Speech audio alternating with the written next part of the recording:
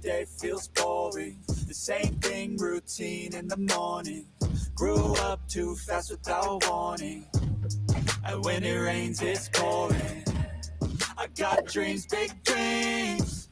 I wanna do big things, but I just can't seem to put it all together. I just wanna be seen. I'm jumping ship, I'm a diving. Middle of the ocean, swimming till I find it. I see an island, out ahead, filled with things that I've wanted since I was a kid. Swim through it with every muscle I've got, sucking down water in my lungs till I cough. But I won't give up, I'll never stop till I wash up on the sand or my heart finally stops. I will be the best, headed out for change, I just started on my quest. Yeah, the world will know my name, I'm excited, I'm obsessed. No one in my way but myself and a test. Yeah, I will be the best, yeah, I will be the best. Life is just a game, I'll be playing till I rest. I'll be there to claim my own spot among the best. Deep within my mind, I'll put all my fear to rest. Cause I will be the best, yeah, I will be the best I can. I gotta study or cram, I gotta make up a plan to give me some kind of chance. I gotta enter a new mode or else I'll get KO'd. My life's at a crossroad, I'm ready to reload. I gotta learn some kind of lesson from my past. I made mistakes, but I learned how to react. I love the chase, but I need a new path to have a chance to get what I wanna grab. A good life has a good purpose, something that makes everything that you're doing worth it. Something with a bigger meaning that's under the surface, cause that's what's gonna keep you working. It's a journey to make it, I got a life in the making. I choose how I'm gonna shape it, I got new lights in rotation. I flip a switch, I'm fixated, I'm sick of patience and waiting. My destiny is awaiting. I will be the best, headed out for change, I just started on my quest. Yeah, the world will know my name, I'm excited, I'm obsessed. No one in my way but myself and a test. Yeah, I will be the best, yeah, I will be the best. Life is just a game, I'll be playing till I rest. I'll be there to claim my own spot among the best. Deep within my mind, I'll put all my fear to rest. Cause I will be the best, yeah, I will be the best. This life is a journey worth taking. Every breath in it is sacred. It gets hard and frustrating, but trust me, you just gotta embrace it. Cause what's a journey without enemies? You need some friends, a foe, and an identity. You need an arc, a battle, a little tensity. Create a little bit of energy. I know we don't start the same, but life ain't fair, that won't change. You can't expect that from games, yeah. Yes. You might be worse off than others, but better off than another. So just move forward, discover, yeah. What you like, what you need, what you see. Every little thing that you wanna be. Figure out how others get it, and respect it. And don't give up till you perfect it. Well, here I go, how I get there, I'll figure out on my own. But no matter what, I'll be putting on a show.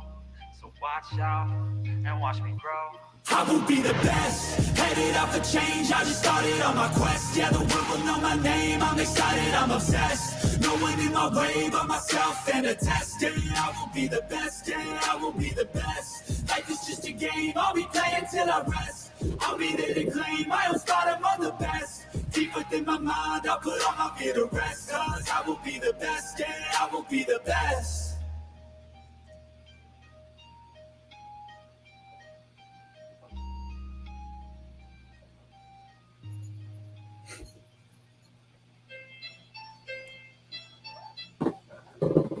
Yes, we're playing poker.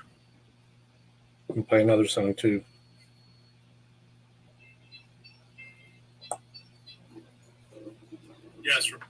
Yes, we're playing poker.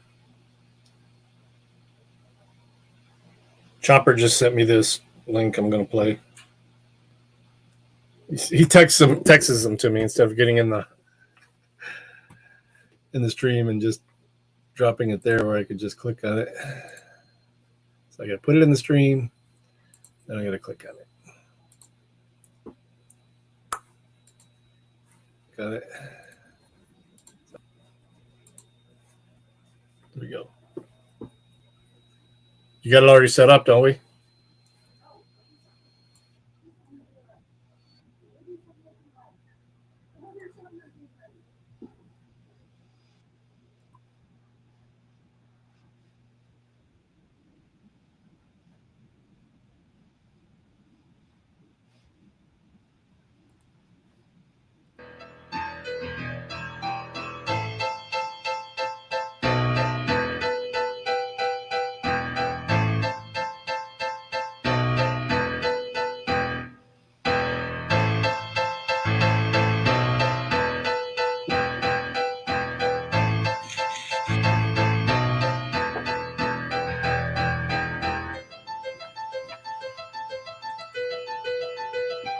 I'm checking.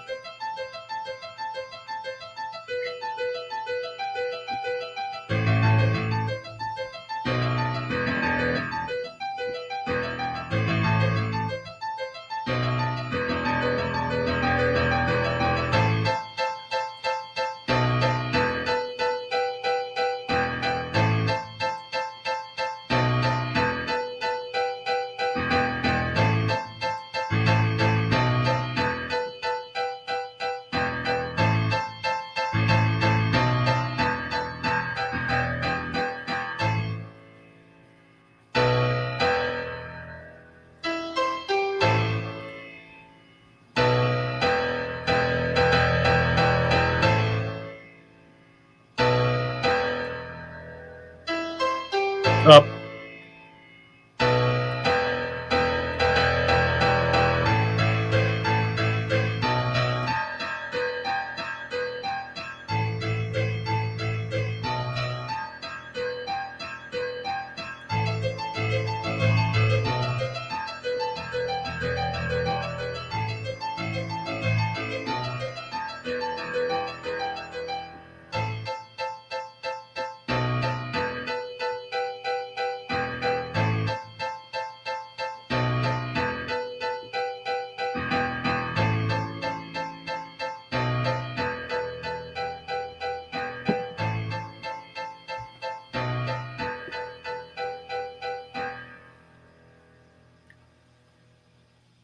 $420. Yeah, it is. Dr. Dre featuring Snoop Dogg piano tutorial. They copyright me on that shit.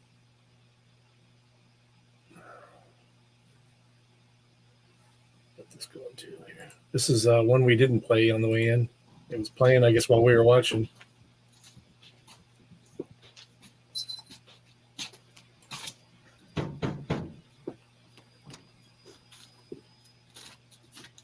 It's the Freeman people. Rheingeist Truth IPA. Since he made.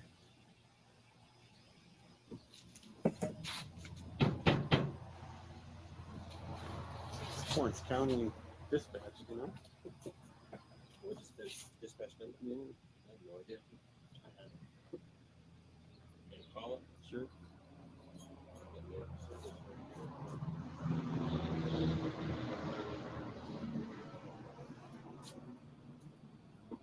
Hey, Claiborne.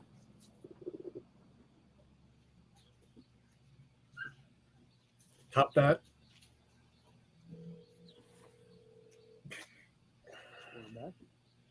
Go around back. I don't know what's back there. 34275 was dispatch. He's got it.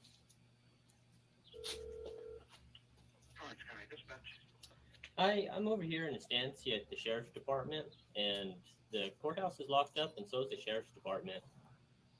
Is there anybody over here, or?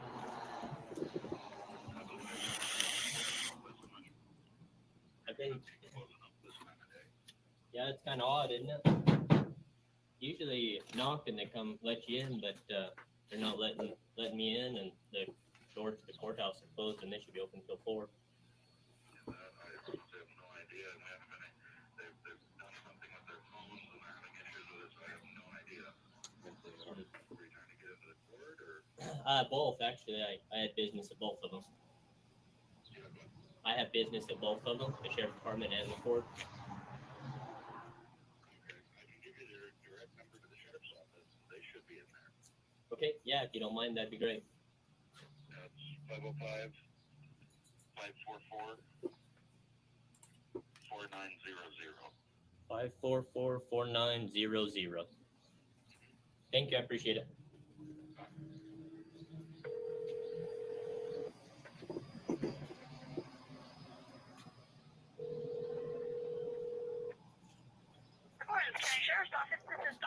Hi, Donna. We're standing outside the sheriff's office. The doors are all locked. We can't get in through the courts.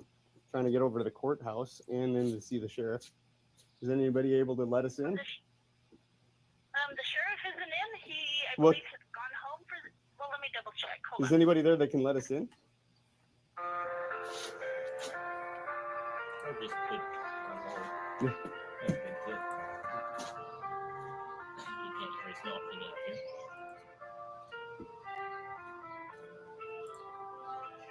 Yeah, I'm already subbed to with site accountability.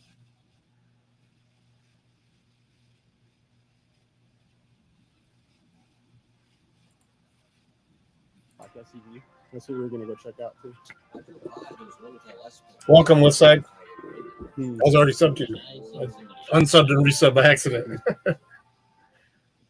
for holding. Sheriff Frazee is not here in the office right now. Is there anybody that can let us in that we can come in and like conduct our business instead of through a phone? Do you have business here with the sheriff's office? Yes, we do. What kind of business is that? It's public business. Can we come in and talk to you? Records request.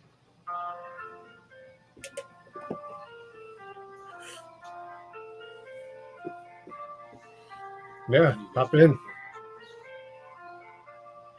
Love one another, says Conk.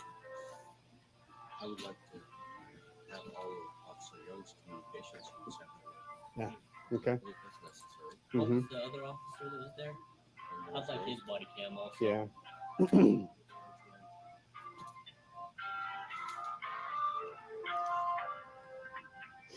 They're counting the minutes until closing time, right? I think the sheriff's office stays open till 5. Do they? Okay. Well, they're never open apparently. It's got to be nice to have a. Who gets the brunt? Oh, 7 players already. All right. Leased property. Let me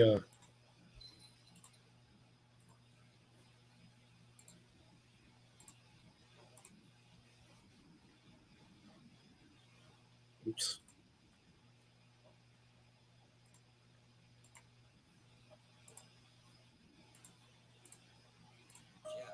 Right. I don't know if it's this courthouse, but definitely the magistrate or the Orleans County have said if they do business in that courthouse. It's almost like they don't want us to come in and conduct our business. It seems like it. Yeah. It seems like they don't want anybody in Torrance County to conduct public business with them or with the courts.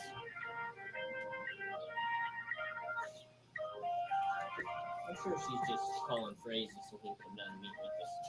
Well, that way he can lie to us again for a while. Is it lying? Well, since he's been talking, I think, right?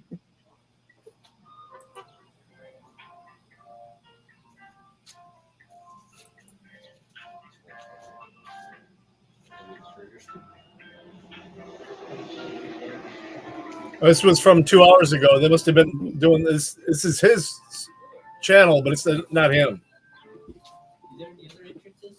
Well, there's an exit in the back. That's not They're all him. probably running out of right now.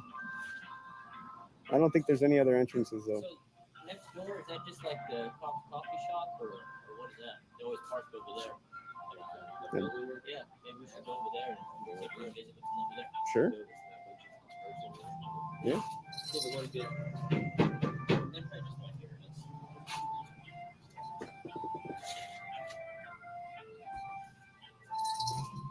They're watching the stream and they're not letting us out in. They're over here. Man, I don't blame them. Yeah. Hey, LVA, get in the game. We have 6, 7, 8 now. Holy shit, we're gonna have a couple tables. The number was asked for on the stream. It's 505.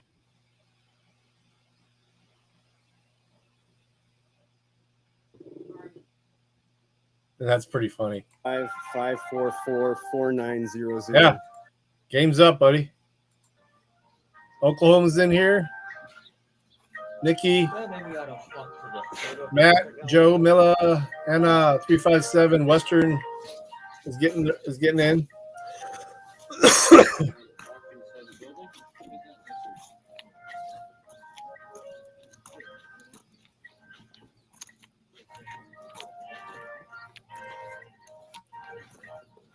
Unicorn.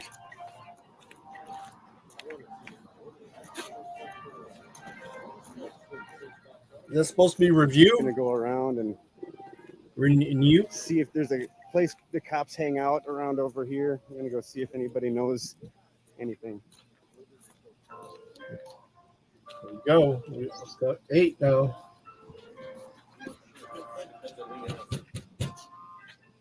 Unichronic. It's Wiener backwards. Oh, yeah. If they have signs up there, Hope everybody's enjoying this hold music while they count the minutes down before quitting time. Hey, there's the mayor.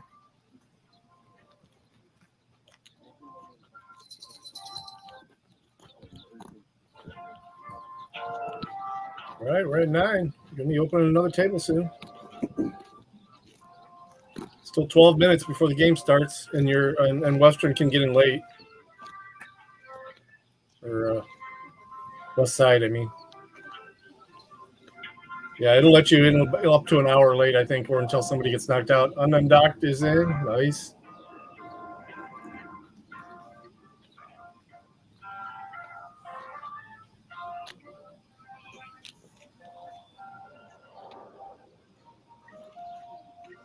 Schmedder. Oh, we got a gang in here.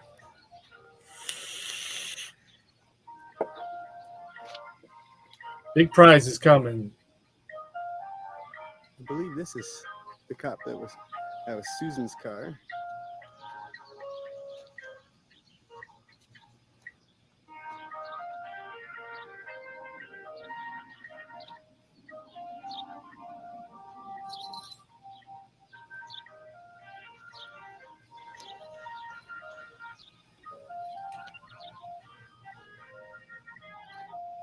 Hey, Oklahoma.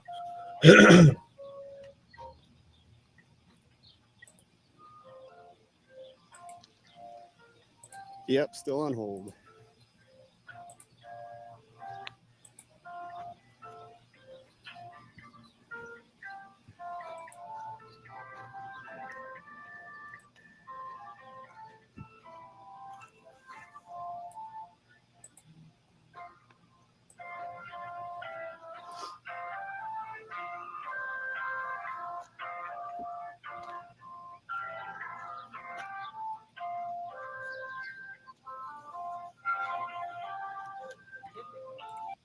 Rewind what? Next to the Rav? Do you want to see that?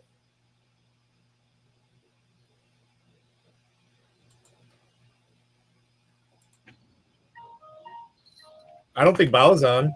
Is he?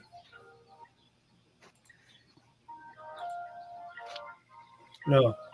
It's like freaking media's really just dropped the video. We'll watch This that is too. the cop that was Susan's car.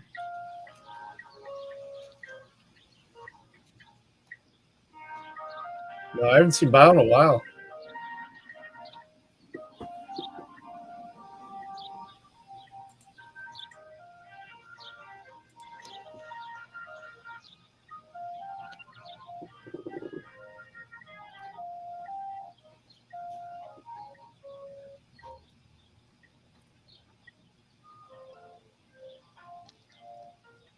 Yep, still on hold.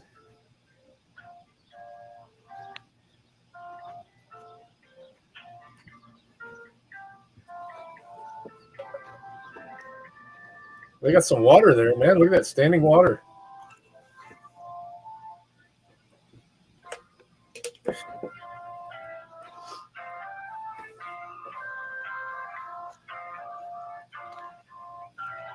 No friends, huh? All right. If you insist, I have a little bit left of a couple here, so I'm going to finish those off before I roll a new one. You guys are going to get zonked doc.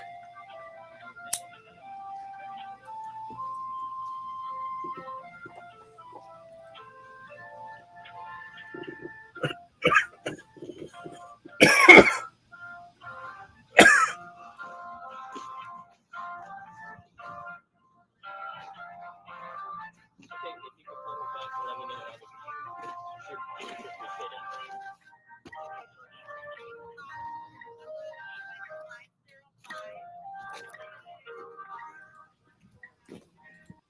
No, what's going on with the panhandle? Pretty wet there.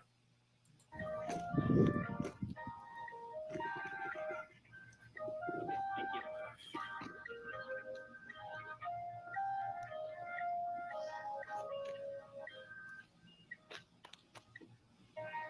Yeah, let me water.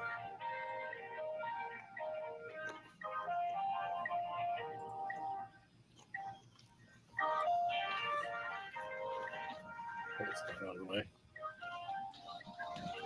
So even though they were not informed the courthouse is locked down, and they have no reason why it's locked down, they can't let anybody in until they find out why to make sure it's safe. Is that what's going on? It's in lockdown again. Yeah. They have locked down the courthouse again. And apparently, the sheriff's department can't think for themselves. So when the courthouse is locked down, the sheriff's department's locked down also. You mean all those really, tough guys with guns in there and, dressed like they're ready to raid Ukraine? Yeah, and you would think if there was a security threat, there would be some deputies here, right? Claiborne too. You'd think so, but this big security threat that's here, not a cop in sight, other than the ones that are hiding inside. Yeah, and the ones that were hightailing it out of here when we pulled in. Yes, those guys too. I think that was Frazee, right?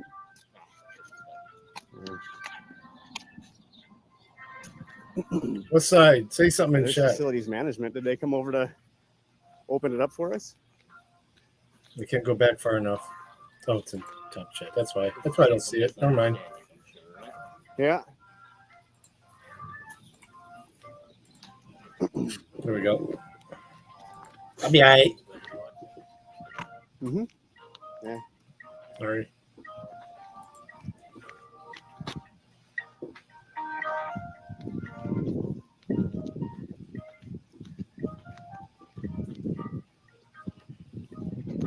Probably just wait to get some deputies over here. Yeah. Feelings hurt. absolutely.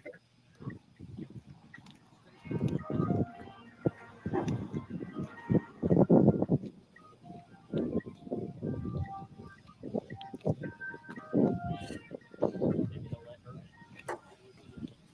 her. Ooh, let's see. Maybe there's some going to the door right now.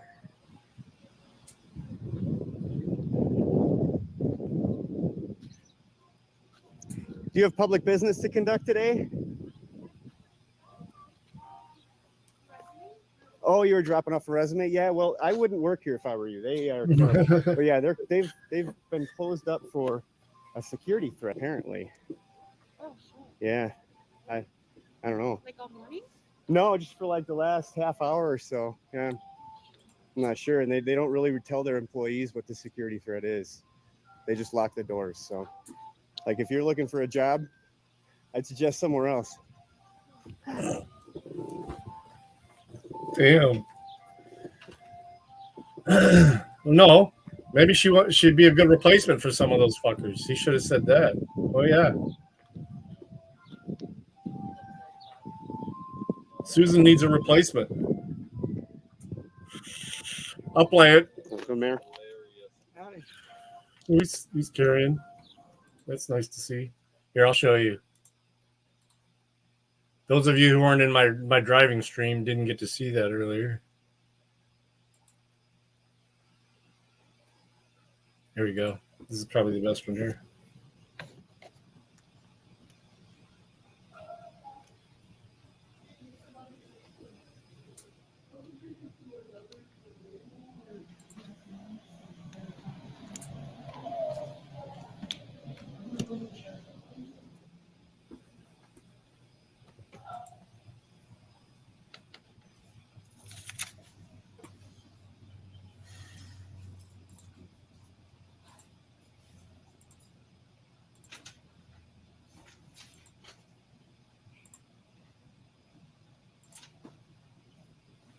Yeah. What's up, guys? We're back here at the D7 court with Susan, who's This part, well, it doesn't get interesting until the cop bending gets law there. by exercising free press and exposing. I think she's probably called the police again to try to get them to tell me that I can't exercise my right to expose her. And so I'm assuming she's probably waiting for that, and so because she's sitting right there at her desk. but she's refusing to come take my IPRA request. Yeah, we have 11 players, Could've so swore she it's gonna be "I'll 2 there in a tables. minute." Or I'll be right there, I think she said. Western's in here too, or West Side. Oh, here he comes. Maybe that's the cop that she called. Frazee walked by. He didn't say anything or do anything. So. What's up, boss? All right, what's going on? What do you mean? We were called. Oh, you were called? Yes. By who? What do we put here? What do we need from court? IPRA request. Okay, from have they talked to you? Yeah, she did. She came up and I told her I needed to do an IPRA. I asked her about the IPRs that she hasn't responded to and why she won't obey the law. I'm sure you're familiar with the IPRA laws, right? 3 days to respond. If it's available, yes. Well, no, it's 3 days to respond no matter what, and either fill. Yeah, no. So go ahead and listen. Don't put your hand up. And so it's 3 days to respond no matter what. Now, if you don't have the records within 3 days, you respond and say we will fill them within the 14-day required period. So Okay, it's or you have that right. I haven't. Yeah, sure, in an email. I have my request in email. Yeah, So, so I got a new one too that I need to submit. Besides that, so We did. who we get within there? well, Susan Don't came sound too- and she acted real snooty as she usually does. She hates to do her job. She hates the law. And so all she did is drop the blinds. And then I told her I got an IPRA request. She said, I'll be there in a minute. Okay. So that's where we're at. Just waiting for Susan to come take the IPRA request. And then I'm probably just going to, as a news gatherer, my official business here is to report on the D7 court. So I'm probably just going to sit here until, 12? They close at 4. Probably just going to sit in here until 4 p.m. just to document the court for news purposes. Official business. No official business if you actually got. No. My job is yeah. My job is to report on the court. So that's definitely official business, whether they like it or not. Make sure by state law, you're required to keep your body cam on back there. Don't mute it or anything silly like that. I will file a complaint on you if you do. Okay. All right. Just making sure you know that's all clear. I didn't know state law, sir. Okay. My body cams. Okay. All right. You- You have your version? What's that? You read it your way, and I read it my way. Yeah, and I'll file a complaint on you if you don't do it right. What was your name, sir? There you go. Deputy Young? All right.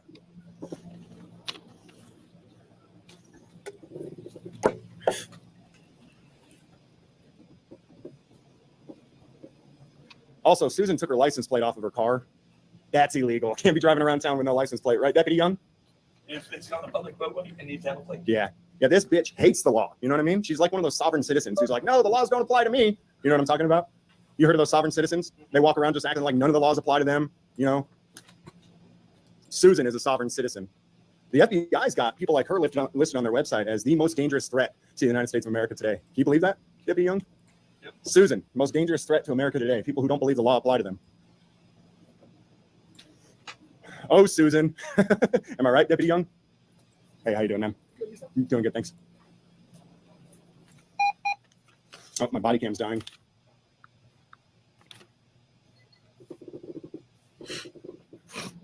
Who's at my table? I got Outlaw. I got Nikki. I got West Side. I got Jesse James.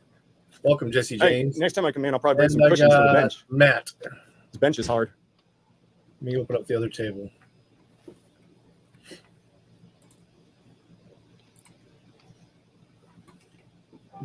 Tables. Let's take it down here. Tables. Seems like her name should be Karen. No, I think that the name Karen should be named to Susan, changed to Susan. I think when we're dealing with entitled bitches, we should use the word Susan. She's a Susan. Rosenthal, I think is her name, something like that. Susan Rosen something. You know, the crazy thing is when I deal with municipalities who just obey the law and do what they're supposed to do, it's done and over with in minutes. And you got bitches like Susan who refuse to obey the law.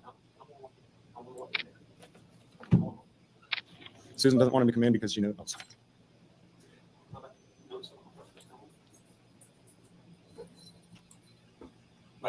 Why you keep that is. Okay. I am. I'm the only one coming in. No bad.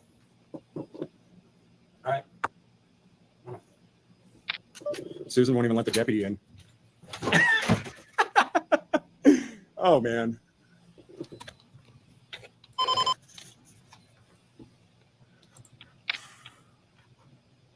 She wouldn't even let the deputy in there because she doesn't want cameras in there and she knows the deputy's got a camera. Stop it, Susan.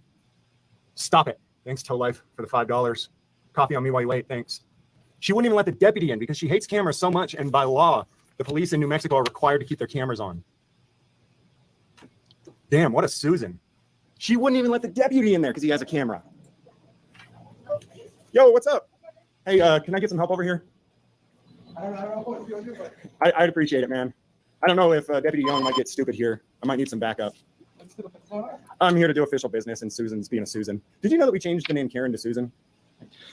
Yeah. Yeah, she's being a Susan right now. I'm here to do an IPA request. Can you believe that? Oh, I got a phone call. Hold on. Is the radio blowing up or? Oh, okay. Hey, man, I'm live right now on my main channel. You're not on speakerphone, but I'm live. Oh, hello? I don't know if you can even hear me. I think I got bad signal. Yeah, there's turtle service. It's, you see? Yeah, I don't know where Deputy Young is at on all this and if he's going to try and do something stupid. If he does, if he tries to put hands on me, I'm not going to try and resist. I'm not going to try and fight him. I'm going to run. So I'll run, and I'll need you to hold him back and keep him from assaulting me. So yeah, he is. Dude, she wouldn't even let him in there because he's got a body cam on. And she hates cameras so much. She hates transparency so much that she's trying to tell you guys you have to turn your cameras off. And by state law, you have to keep them on. I mean, this bitch hates the law. And I know I told you guys before, like I wasn't going to try and put you guys in a tough situation. It's just gone so far, and we're 1,000% sure that you guys are going to be in the right and protected by not doing anything to me. And so, oh, dude, this bitch, can you believe her? Yeah, I was trying to figure out what that was, Anna. That's something I would do after too many IPAs. And she hates it when you peek under the blinds, but don't do that. She probably won't let you in. She wouldn't let what's his name in? Young. Yeah, she said no, you can't come in because you got a camera on. And he said no, I'm coming in. And she told him, well, look at the sign on the door. It says authorized personnel only. She tried to tell the deputy he's not fucking authorized to come when she calls 911. She is outside of her mind, dude. Like, I want you to come, but I don't want you to, like. Dude, Susan's got to go. I've been patient for 3 months. I'm done with the patient. And don't get me wrong, I'm not going to do anything illegal or crazy or irrational. But, dude, it's got to end, man. Susan's got to go. She took her license plate off her car. She's driving around town without a license plate. Because I went out there and recorded the license plates one day. I even recorded my own license plate and read it out to the audience. It's just gone way too far. And a lot of people need to tell her that's enough. Stop it, Susan.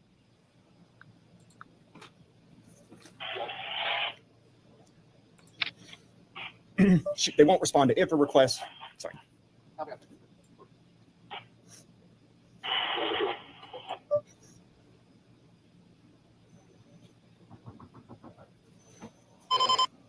It's just time for Susan to go home. She's done in public service. It's over. You know, we can't have sovereign citizens who think the law doesn't apply to them just running around doing whatever the hell they want. What's that? Yep. The FBI lists sovereign citizens as the #1 threat to America today, and it recognizes sovereign citizens as people who don't think that the laws apply to them. And that's a direct, that's Susan. What's that? Right, the words conflict. It's an oxymoron, absolutely. That's why I try to, the FBI says people who don't believe the laws apply to them, well, we'll just go with that. And Susan does not think the laws apply to her.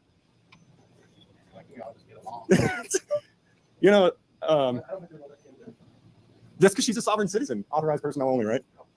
Hey, boss. Hello, sir.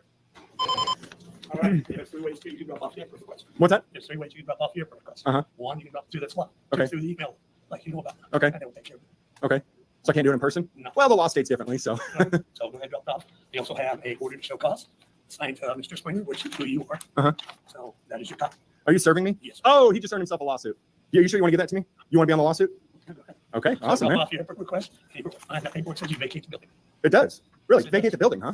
Yes, sir. Well, this is the DA's building. It's the sheriff's building. It's not just Susan's building. So why don't you take that and shove it up your ass, all right, Deputy Young?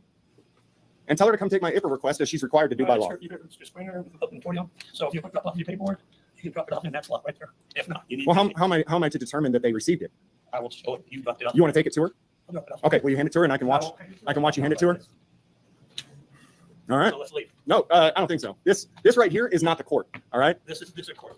What's that? This is district court. All right. Well, I'll go to the sheriff's office then. How about that? The only area that's court is back there and the courtrooms. The rest of this is common area. You don't get to restrict me from common area. You don't even legally get to restrict me from the court. No, Mr. Springer, you're going to serve paperwork. You need to leave. Or what? What's paperwork? Or what? Let the judge know. Okay, let the judge know that. Let's go. Are you going to put hands on me if I don't leave? No. No? That's a good choice. I think you need to call your supervisor. No, Mr. Springer, you need to leave. I think you need to call your supervisor. Yeah, you need to pull him aside.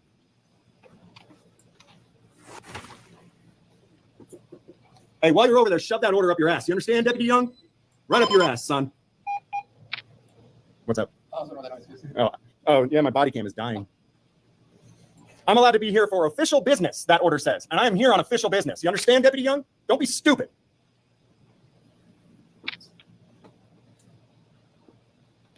He's like, oh, fuck, Move over here man. so you guys can talk in private if you want.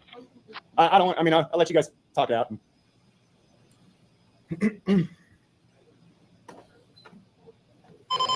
He's gonna. Oh, somebody's still in Oklahoma. Okay, let's do this. Do another pot bet. The court order The flush says Nope. that I can't be at the courthouse Didn't because need you it. guys called the Great courthouse vote. to complain about bad behavior of the court. So whatever you do, do not call the courthouse, either in Torrance County or Socorro. No, the best toilet paper that I have found so far is the Kirkland brand. Costco's soft toilet paper is the best. District Court, District 7, District Court, whatever you do, don't call them, because the reason that they say I'm not allowed here on that order says that I can only be here for official business.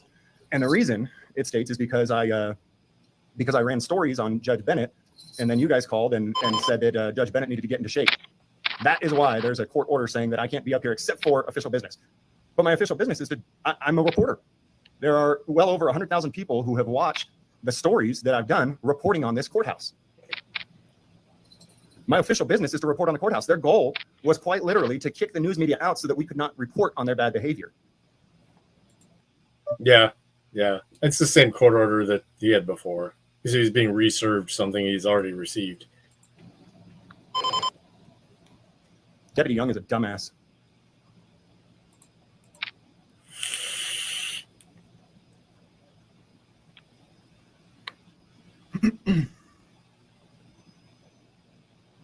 Oh, there's no doubt about it. Like there is free press where any member of the public who is gathering information with the intent to disseminate it to the public is a member of the press, whether you have run stories before or you haven't. If you are gathering information, with the intent, if you are gathering information with the intent to disseminate it to the press or to the public, you are free press.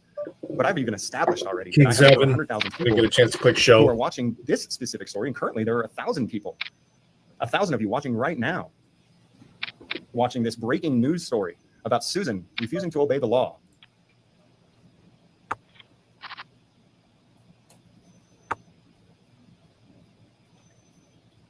Is he calling back up or what? No, well, What's that? Oh, so I should run? All right, I'm going to run. They're going to arrest me, huh? All right, well, I'm going to go to the homestead, get the... You're fucked, son. You calling state police? No. Who are you calling? None of my business.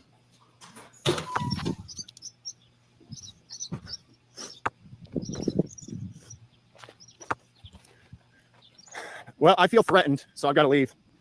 I feel threatened. I feel that my life and my liberty is in extreme danger for reporting on the D7 courts. I absolutely feel that my life and my liberty is in extreme danger because of these Smart people. one. Smart move, because they So would I'm have running touched for my his life. butthole. They would have touched his butthole. Why would the sheriff call the state police? I'll be back up here though. You better believe it. But if we're gonna be threatening, if they're gonna be threatening me, I'm gonna have to come back with.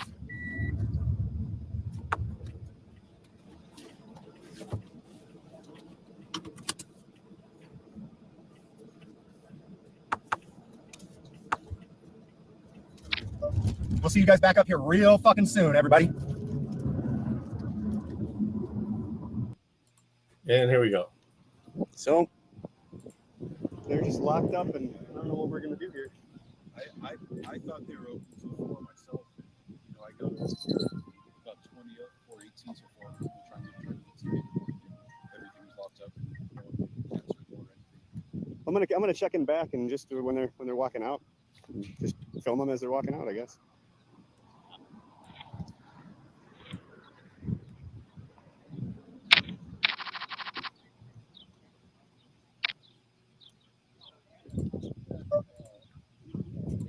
Mayor Dial, you have any idea why the state police were called in today? The county has told them we're not going to have a deputy. I don't know for sure, and the expansion's not doing their job by enforcing these orders that are unenforceable. So they struck out with the local police. They went on to the county sheriff, and then because they wouldn't do anything, escalated to the state. That's my understanding. Well, nothing like living in a police state. I gotta say, customer service really sucks here in Kansas. I don't know why they keep closing the doors and all that. You guys may want to look into that. Okay, yeah, you can do that. This is customer service. Mexico Ports customer service. Oh, yeah. Didn't know they had customer service. I didn't either. I I guess I consider us customers. Nicer than slave. Yeah, I guess it's a step up. That's not Freeman. Good afternoon, this is Cynthia. Hey, Cynthia, this is Brady. How are you doing? I'm doing well. How are you, sir? Very good. I'm at the district court in Estancia, and it's all locked up. And they've locked up like several. I know, but I've been here since 3:30, and I know several other people were trying to get in as well, and the building was locked down. And so I was actually trying to call them. I didn't know there was a customer service number. The building is locked down, you said? Yeah, everything's locked since we got here about 3:20 something, Mhm. and everything was locked. And we banged on the doors. There's nothing. Okay, so did you have the filing that you needed to do that I can help you with? Well, I just wanted to get an IPRA request in there, but I know I can do that online. But I just was curious why everything was locked up and nobody was answering. But since your customer service, I just want to. I can do it later. Not a problem. I just want you to know that there was multiple. Yeah, no, I can do it. I want to take care of it here locally. But I was just curious why it was closed, and I didn't know if you guys knew why it was closed. I don't have any information on that, but I will certainly find some information. All right. Well, I appreciate that, Cynthia. All right, thank you, sir. Have a good afternoon. You too. Thanks. So there is a customer service number. All In right. case anybody's wondering. What is that number? Well, let's see. Pulls up as Torrance County District Court. Does anybody want to call? 505-384-2974. And they told me that they are the New Mexico Courts Customer Service. So there you go, folks. Court system has a customer service line. Yeehaw, right? Jeez. Yeah, I got the sound on the desktop. That was a plus. Not sure I didn't get that number, so I'm not going to type it. You just Oh, heard it. apparently they only got the 505 part. I hear Line. FICs all the time too. Yeah, Keep it off. I got, yeah. There you go. 505-384-2974. It shows as Torrance County District Court, but they claim that they were customer service. So give them a call, let them know what you think. Service. So for everybody on the stream, it's been a little while. James didn't want.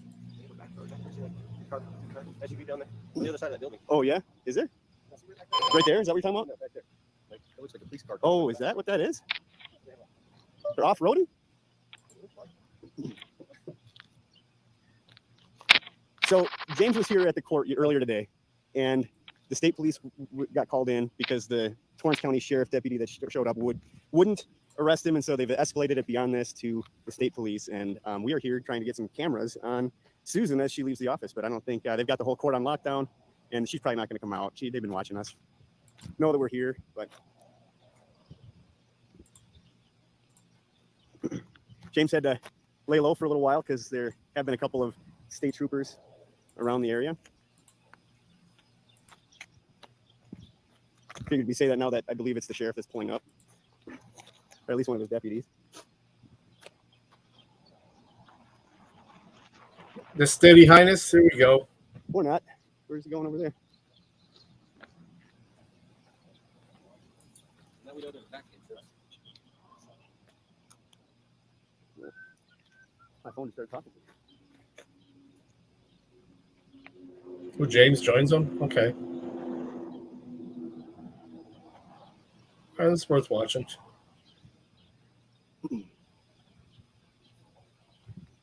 Yeah, Susan's the new Karen, everybody, right? That's what James said earlier today. Goals. That's right. Life goals. Next FDA-3 drug dealer. They're dropping off the latest and greatest. Does anybody else think it's just randomly suspicious? You know, they just randomly close down, lock everything over IPRA request? They locked the entire court over an IPRA request. Yes, that is a little bit weird, a little strange. You know, all we hear about human trafficking stuff. I wonder how deep it goes. Not saying it's happening here, but definitely a lot of suspicious things going on here.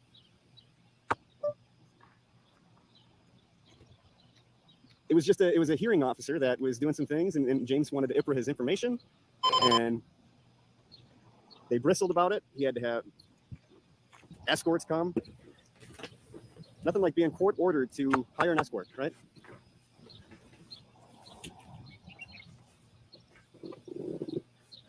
Then when we want to come and redress our grievances, they lock down the courthouse and call it a security threat, yet they don't tell any of the members, they don't tell any of the people working there that there's a security threat.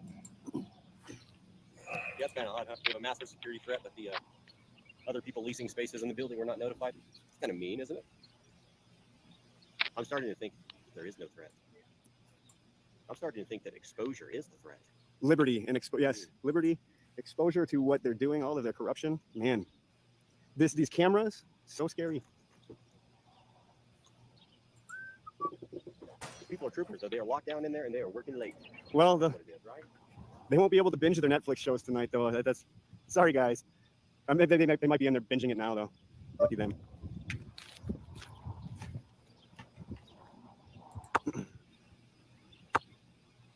It's part of the problem, you know. They go binge watch NCIS, Hawaii 5-0, and they think that's real life. Yes. And they think that's them, but Everybody's still in. all of the, government ideology. Got Joe as a chip leader now, barely. Men can pretend to be women, women can pretend to be men. Him and unindoctrinated. Public officials can pretend to be sovereign authorities. That's right. We live in a make-believe world. And then bring it up to the bottom is Anna and 357. They don't have to suffer any consequences. 11 players. I think it's one of our best tables so far. There you go. They split it evenly, at least. We'll see when they get close together what happens. But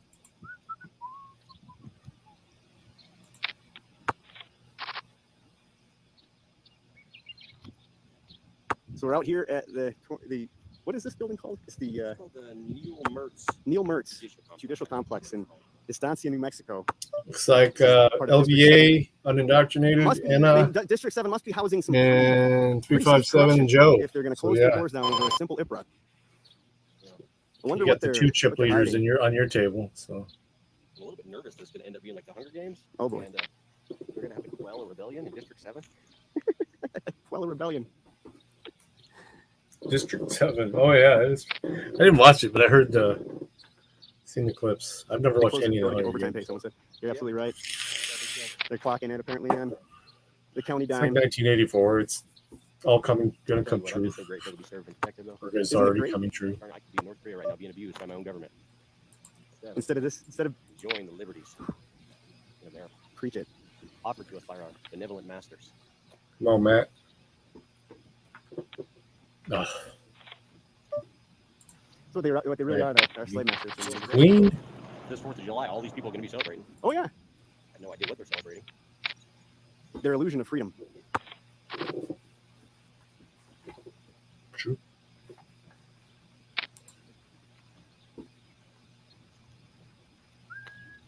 No, I mean bring the table back together evenly without bringing it together then breaking it up. You know how this fucking game does.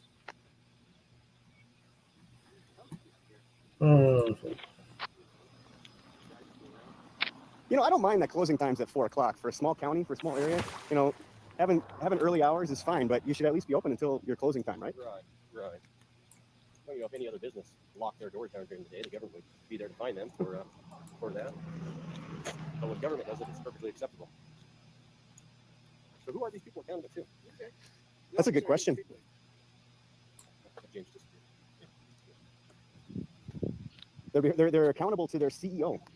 The CEO of District 7, I believe, is who Susan answers to. Do you remember his name? I don't remember his name offhand, no. Something Jones. But yeah, the CEO of the district.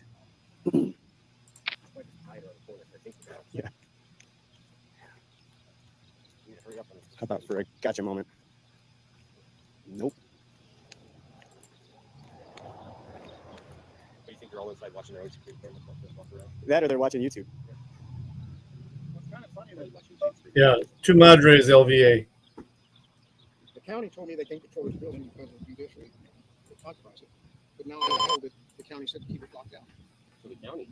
Wow. So I'm like, well, So who at the county, do you know, would give such an order? as for the individual that answers the phone, the sheriff's department, the county manager makes a decision to keep the building locked down under the current threat. Under the current threat that they won't even tell us, huh? Wow. That doesn't sound good, county manager. No, I'd hate for you to have some explaining to do. And you know what? I live with these people out here. I'm from here. I want peace. I want my liberty. I want my freedom. But if you're a public servant, you work for me. Okay? So shut the hell up. Don't give me your attitude. I mean, you work for the people. And this crap has gotten way out of hand. Yep. All government needs to at least a 90% reduction in this country. We need to reestablish the republic. Let these fake corporate courthouses go bankrupt and fold up, and those that are participating in it be tried for treason and hung. And then let the rest of us go on about with their lives in our republic.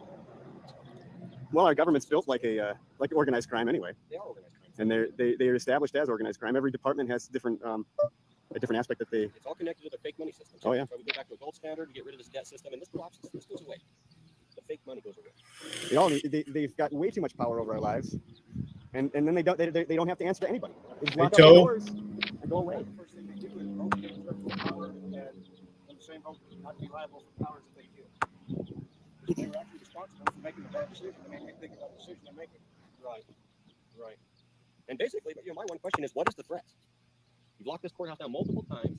I just got off the phone with your customer service, and they don't know about the threat. They don't know why it's closed down. Sheriff's Department didn't know why it's closed down. The DA's office didn't know what the threat was. So we're starting to think the threat is bullcrap, and it's to avoid accountability. The threat is work. We might have to work. Yeah, no, you're right. Yeah, it's definitely deeper than that. But yeah, they find ways not to work. They're the threat.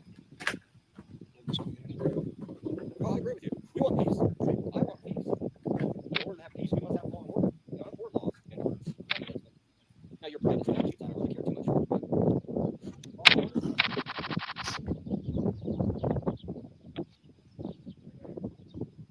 You have to know why the building locked down? Okay, at least everybody's consistent. You work in there? You work in there?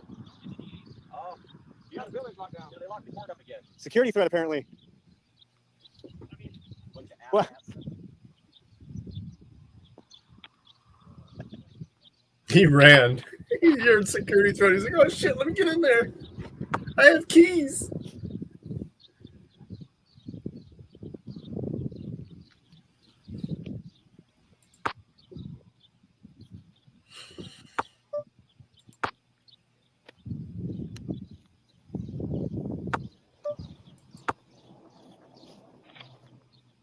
My pair of threes at the end. Woo.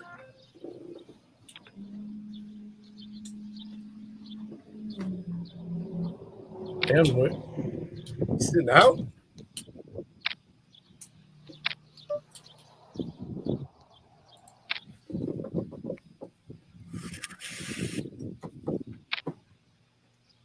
It's just another 50. There you go. Everybody get in.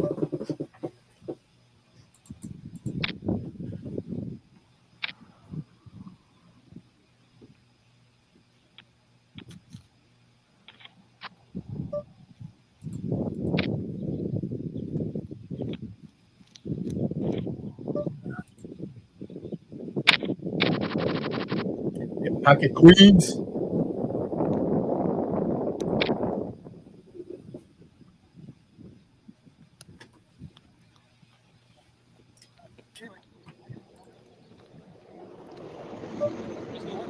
they're still in there. We're a round of applause. Put in overtime today. They're hard workers. They're probably working on previous I can't throw it. I don't think I could throw a snowball at you from the other table. Let me see. Late because of the threat. They have to call the deputies, so they come to the park. They call the deputies. Yeah. Right, watching us on the camera. No, it won't let me throw it to another table. Yeah, there were rumors that black SUV was it, but I don't think it is because And it left earlier. Did it? But I think that they sent all the. I think they sent them all over to your clock. They might be by earlier. That one did. I bet you're not. I bet you're right. I bet they're all home right now. That one was going Put out. on the clock. Yeah, but on the clock. Probably. This is hilarious. Yeah, what side was here before the game started? At our table. Tommy needs something. It's going to come to a head. They're probably going to arrest him one day, and that's when it'll come to a head. But They said there was 2 state police cars here earlier. Still 11 in the game. What I got was a cane code for the security for that. A truck in there. And that's something else that the state police. Oh, there's a deputy. Hiding back there. Yeah. Why doesn't the deputy? There- mirror basher? Taking time pulling out. Why does the state police not have to report any local jurisdiction or their own? That's the guy I wanted to talk to.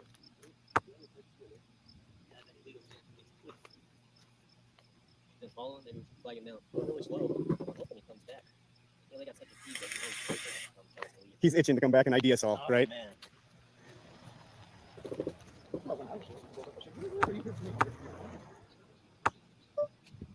So they actually put out a warrant for you? Or just a The next time they see me doing something illegal, they're going to arrest me. Because what they're saying is, Wow. That's why he's going so slow. He saw Freeman pulling up. Amos is in on it now too. It sounds like it, yeah. When's the next public meeting? Are you live still? Yes. Right on. Man. You want it? Sure. They canceled the next county meeting? Okay. yeah, we're going to go to the county meeting. One commissioner says he doesn't care about what's going on in this court, but so they're not going to get anybody.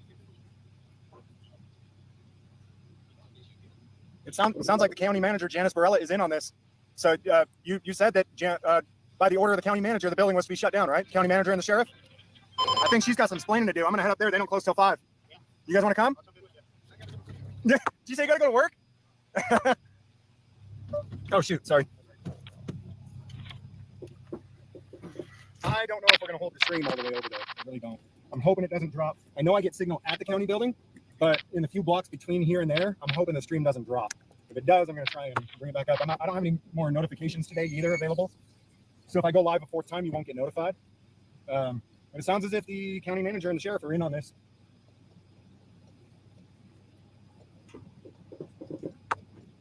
I think we're going to need comments from Janice Barella, Especially since she knows you and she knows that you're not a security threat. and she knows that I don't break the law, right? Ever. But what did other people do?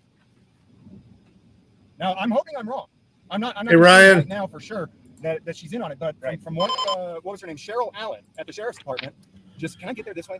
Yes. I have to go straight through there because that's where I usually lose signal. Yeah, you can go just past the fields here and turn left. But apparently Cheryl Allen at the sheriff's department just told James, the other James, that by order of the sheriff and the county manager, that the building was to be shut down. I sure hope that ain't true. Yeah, me too. I sure hope that's a lie. We'll camp out at the county building too. It's like the last hope. Well, really, the federal court is the last hope. Yeah. Really, the people are the last hope. Right. People are, and no government employees. No. They're part of a club, and you're not part of it. Do I go left here? Left here, yeah. Okay. You're not in it. George Carlin. When I said I was coming back with, and then pause, my goal was actually to come back with donuts. I know. Oh, thanks for joining us, Westside. I may come back with. I actually Thank talked you, about Anna, this for with my attorneys before. inviting her in. Every time the cops act inappropriately, I'm going to tell them. We have that's what I'm gonna three come back with and three females in something this to game. calm them down. What calms a cop down? You guys are lucky. The wife is So, tired. Make them wonder what I'm coming back with. But I went over to the gas station and they didn't have any donuts. I was like, God damn it! Now I'm not even fulfilling my promise. Because they want to act like, we're going to come back and do something horrible and assault everybody. No, dude, they're the violent people. You saw earlier, Susan keeps trying to have police violently attack me for exercising my rights. Yep. I've never violently attacked anyone. You've been swatted at that building. They're trying to get you killed. Yeah. They're calling armed men to come and shoot you. This is what they're doing. That explains why. Oh, wow. Janice This had being in to go 1.5 weeks ago when I Made called that her look after my really building was shut. scary. Explain a lot. Well, I didn't even intentionally call her. They forwarded me. I to her forgot because it was in they claimed that 1.5. Janice Barella is the spokesperson for the county, for the sheriff's office, is what they said. For the sheriff's office. Right. And she said, well, I am the spokesperson for the county, but I'm not the spokesperson for the sheriff's office. And I doubt that she will come out to speak to us. In the past, Janice has been absolutely wonderful to me about putting out fires from other ridiculous public servants doing ridiculous things. But like I've said before, I'm loyal to principles, not people. So it doesn't, if Rob stands up for liberty today, but he thinks that you should be thrown in a cage for saying the word fuck tomorrow, then fuck Rob. That's right. And I would hope, and what's that? Not hard though. Right, not hard. He likes it gentle. Get in. You can get in. Oh, here comes the crew. And if Janice Barella was for liberty 3 years ago and she's not today, well, I'm not going to say fuck Janice Barella as a human being when she's not inside of government. I think she's an excellent, a wonderful human being altogether. But this is what usually happens. People get into government, they become part of the club, and all of a sudden, all morality and everything that they think that they knew was right before all of a sudden changes. When they're spotting that club, it's threatened. So we've got the mayor of Estancia here with us. We've got a few local farmers and business owners. And of course, we have Rob, What's up, guys? who makes videos for the channel. That's right. I won't go into details, but he's had some, can I tell him, Yeah. not in detail? Go for it. He's had some serious health issues over the last little while. He's been through a few surgeries, and that's why he hasn't been making videos for the channel and helping out. And right now, he's limping around. Yeah, I'm back up and kicking, so But I want to be fighting again. and we've got local farmers, business owner, and the mayor up here as well with us. Let's see if Janice will give us a public comment. I'm guessing not. But I always like to give everyone an opportunity, right? Hello. Is Janice here? She's in a meeting? Okay. Do you know when it ends? Is it a meeting with the sheriff? Okay. Is she in the office there? Okay. We'll wait. Will you let her know that James Freeman is here and we're looking for a public comment on why she shut down the courthouse or ordered it to be shut down? Whenever she comes out. Thank you. Hey, how's it going? Oh, not as good as I was earlier. Really? I heard a rumor. Well, I heard over the phone from another public official. What's her name? That bitch, Cheryl Allen. I heard. Sorry. Oh, go ahead. Sorry, ma'am. I heard that Janice ordered the courthouse to be shut down because of a camera. Now, I'm hoping that's not true. I'm hoping Janice can come out and clarify that and tell us no, that's not the case. Well, I don't go to the meeting, but that's She not can't kind come of out. just started, so Could be hours or what? it could be, You don't know who at the meeting? Who's in there? yeah, but it's not for us to say that. Okay, no problem. That's fine. We'll see them when they come out, anyways. So. All right. Yeah, I'm hoping that it's just a false rumor that Cheryl Allen was just trying to throw somebody else under the bus in line. That's what I'm hoping. But at this point, I really don't know. yeah, sure. Is there something I can do for you, sir? Oh, Oh, no, I just came for the minutes and the oh, show. okay. Did you want a mint too? You want one? I'm good. Okay. I was, so Unica's got the Mexican suckers in there that have that little spice on it. Yeah, Oh, it's so good. way better than this candy bowl. This is great. Don't get me wrong. This candy bullshit. So since I'm live again, I'll let you guys know my lawyer's headed over to the federal courthouse right after I left that courthouse to file for injunctive relief. So I believe that at this moment, I believe that there is paperwork filed in federal court for an injunction against Mercedes Murphy and Susan and all these D7 court judges that think that they get to do what they're doing. Stream? Doing this? Is that my sound? Yeah. I didn't understand what he was giving me earlier today either. He said that it was an order to show. Huh. Sound has gotten weird. Yeah, we play, well, more toward the weekends. Sometimes it gets busy even during the week if a bunch of people are not doing something. But when the weather's nicer, you don't get quite as many people.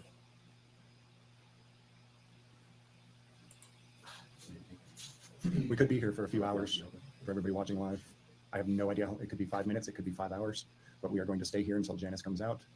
And Janice, the county manager, and hopefully find out from her that Cheryl Allen at the sheriff's office lied, hopefully. Or have Janice confirm that she ordered a courthouse shut down due to cameras and Susan not wanting to obey the law. And the sheriff's department shut down as well. Yeah. Oh, they did it, yeah. And by the way, guys, while we're here, it's Torrance County. It's Torrance County. If you guys want to reach out and ask your own questions, it's Torrance County. I don't have any signal on my other phone to bring up any phone numbers for you. Who's supposed to be the custodian of records for the Seventh Judicial Court? Someone in the judicial court. It's actually Susan. Is it Susan? Yes, but she keeps saying that it's this Jason Jones guy. He's the court security, though. Is she the clerk? Was that her Yeah. official title? No, she's court manager. Manager. So the other Are there people, clerks anymore? there are Brady. I'm sorry, not Brady. That was terrible. What's his name? Riley is a court clerk, and it looks like they just hired a new one because there was a second person in there today. She's the manager. Right, she's the manager of the clerks. And then there's a CEO of the courts. Yes, court and CEO stands for some kind of security officer. Because I thought it was. Oh, he's the one who made the orders actually, and then Judge Mercedes Murphy signed them. But he's never answered his phone. He's never returned a single email. Maybe he doesn't. Maybe it's a clone. How do we know? I went to District 7's website and I clicked on the IPRA link and it said agent not found. Really? Yes. So you're not allowed to make IPRAs with the court anymore. No results found.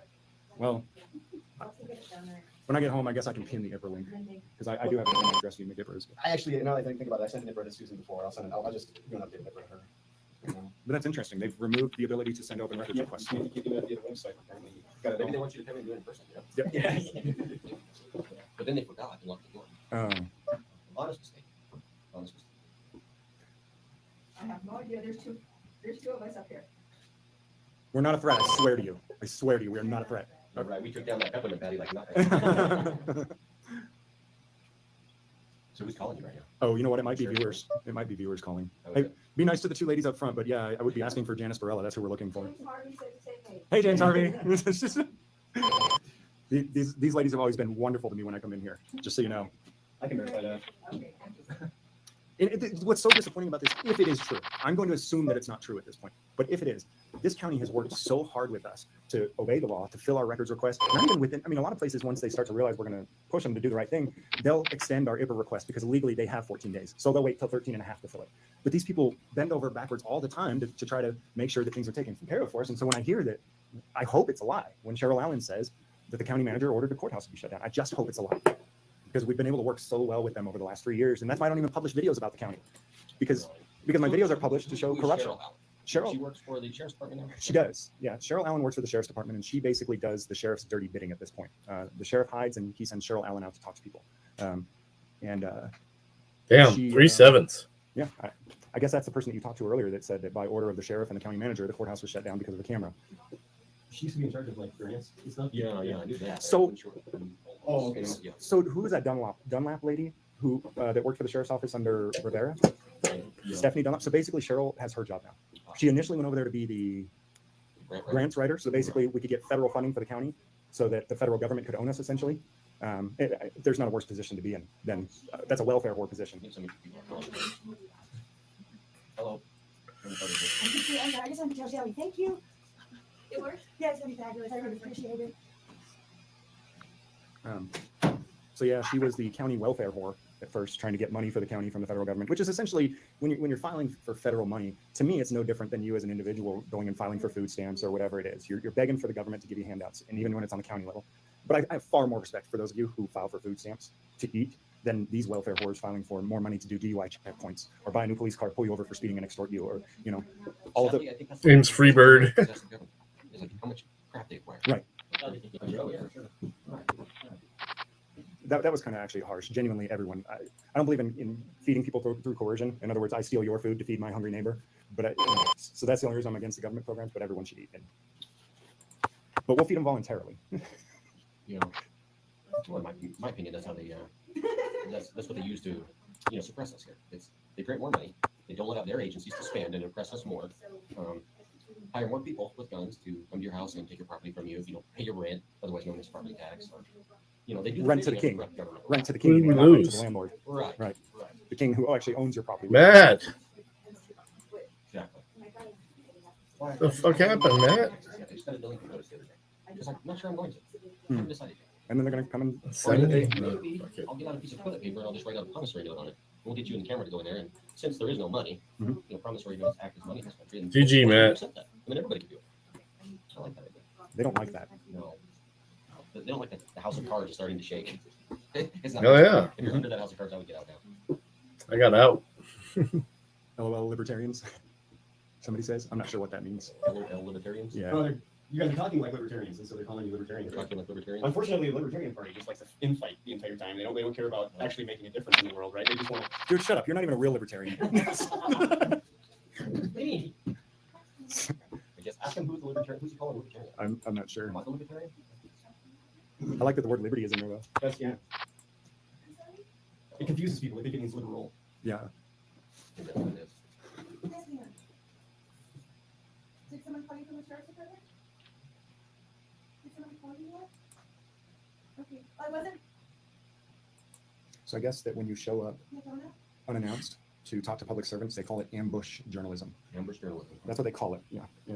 And that's why when I first started doing this, Gonzo. people were like, "You're not real media. Real media sets an appointment and tells them all the questions they're going to ask ahead of time, so they can have pre-programmed responses." Oh yeah, that's why the media failed us. And not all of them have. There are genuine, a lot of mainstream media journalists out there, especially on local channels, that genuinely work hard to try to get it. There's some. The bosses, once the bosses figure out what they're doing, they get fired. Yeah, Matt's gone. There are some that do try. West Side killed him. One of my favorites was John Stossel, but now he's running his own. He's running his own media outlet because they didn't like him doing it either. Yeah, his new YouTube channel's pretty sweet. He's had a couple of things that he's covered that I really like. Yeah, Tucker Carlson had to leave, and hopefully he'll stop pandering to, once you leave mainstream media, you don't have to be left or right. You can just be honest. Yesterday, he hit it hard. Like, he was talking all about where's the money going to Ukraine and where's what happened in 9/11. So he's showing some promise. Let's hope that he actually says something and does something with it. I'm IPRing defense cards from the courts today to see when they clocked in and when they clocked out. Oh, perfect. Are you sending it to Susan? Yeah, so we'll see if we ever get it. But hey, I can sue her if she doesn't know. Yes, and we do have lawyers for that. Yeah. Sorry. Are they being nice to you, ladies? They're not being mean to you, are they? Oh, I thought. Damn, I Chuck. thought you were on the phone. Okay, sorry. Sorry, ma'am. Don't mind us. We're just nosy. The truth is, though, at some point, every government official is going to have to realize that they work for a cabal. Eventually, everyone's going to have to realize it. It's when they took down mafias, they didn't just take down the people who were committing murders and actually extorting people, and they took down the bookies. They took down the ladies who sat at the desk. They did the accounting for them. They took down everybody because when you're part of a mafia, you're part of a mafia. It doesn't matter whether you committed the murder yourself or you facilitated it. About alive? It's called organized crime. But I'm trying to take baby steps because a lot of people genuinely don't have a clue that they are part of the most vicious criminal organization in the world. Yeah. On a side note, have you seen? We'll play freaking stuff after this. No. Yeah, you go to Sorry, I'm back. media.com, and you can see what was on Hopefully that wasn't a good hand. Released. Wouldn't have You won. wanna see Probably it? one of you guys have Yeah, a that's what I was team. looking. I was Lots looking. and lots of pictures of dongs going Yeah. around. There were, That's why I'm so interested. they were colored out. The dongs were colored Oh, out. okay. They probably were on there though, weren't Yeah, they? even Lady Gaga's. Oh wow, Bell's all right. that must have been big. That must take a lot of blurring. Yeah, I saw the one that looked like Lady Gaga. Who knows? I don't know. It's funny. It says, I should read your chats while we're here, since we're going to be here for a while. You can be here much Somebody longer. earlier said, not enough interaction with the chat. But usually when I'm live, I'm trying to. Oh, he gave up. Surroundings. Right. I couldn't multitask with that. Data security. Matt R's always around. Is the world flat? Oh Jesus. Matt R. Probably is flat, more than likely. Surrounded by a nice wall in a firmament. I heard someone say that the earth can't be flat because flat's not a shape. I thought that was pretty brilliant. Yeah. It was like, all right, that's a great argument, I guess. Mm-hmm. What's up, the angry vet? That curvature is an interesting thing. So are we on the flat side or the upside down side? Because you know, I'm on the upside down. every side, for globy sure. is like always on the upside, right side, upside. Right, right. So somebody's got to be on the upside down side. I'm on the Yeah, I wish I would have known. I didn't even get a notification for this one. We were watching the old ones while this one was live. Where I just do nonsense. I have a Talking government pretty much is nonsense, isn't it? Yeah, I have another channel where I do all kinds of nonsense that has nothing to do with anything principled in any way whatsoever. It's just absolute fuckery. I believe it. And some people come over there, hear about it from this channel, and they come over there and they're like, oh, James, you've gone downhill. I'm like, no, I've always been downhill, bro. I just, different, totally different type of content over there. Trust me, I've always Flat's not a shape. Yeah, Matt. George Daly, he just last week found my other channel. He says Dark James. Dark James. Dark James is on the other channel. I have a very, very dark sense of humor. And he jumped in there, and all he had ever seen is my James Freeman content. He was like, what is wrong with you? Hello, George. Look, I'm telling you, George. this channel is not going to be for most of you. Tommy Wood just dropped the link. He to said it. hi to George. It's not going to be for most of you, all right? I'm just warning you ahead of time. It is rated R and then some. All right. See what you got It's now. all a bunch of nasty, dark humor and filth that I think is funny. That's my type of comedy. To me, the channel is funny. Most people, it's satanic. They close at 5 here? I think so. It's 5:30. Oh, they close at 5:30? Yeah. They're nines. Funny is relative. Absolutely. All right, I sent it off. The time cards for all the managers. Oh, LVA's gone. in the 7th district for today. You guys are killing over there. They use time cards? West Side's a killer. Yeah. Clock in, clock out. I doubt that they clocked out. I think they went home with pay. Yeah. And I think they did it every time that they closed the courthouse down. I bet you're right. That's not really their fault. They gotta be That's your safe. threat, though, Yeah, right? right. They gotta go home and be safe. Don't they need to be compensated for that? I mean, That's hazard pay, how right? would you feel? You're just working your job, extorting some people. I think we need and to some go. guy comes in with a camera Yeah. and exposes it. How would you feel about that? We need to go campaign for that at the next meeting. Public comment. Tell them all about how they need hazard pay. because GG, of LVA. Screaming people. You should do that. Yeah. And then Yes. public comment section of the next county commission meeting is going to be pretty legit. Yeah. I got a feeling. I think And it's gonna be Ryan's lit. right. I can tell you one thing. I'm going to drop at least 5 hits of There. acid before I come. I'm just kidding.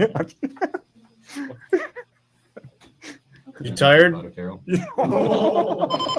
That should bring the table together if you That do stuff get is for knocked. the other channel, by the way. Cross merchandising here. But you ain't gonna make it to her table, Anna. Unindoctrinated is gonna screw you over. We're discussing the new $2 million building. I'm super hungry. Can somebody order us a pizza, please? Not you guys, the audience.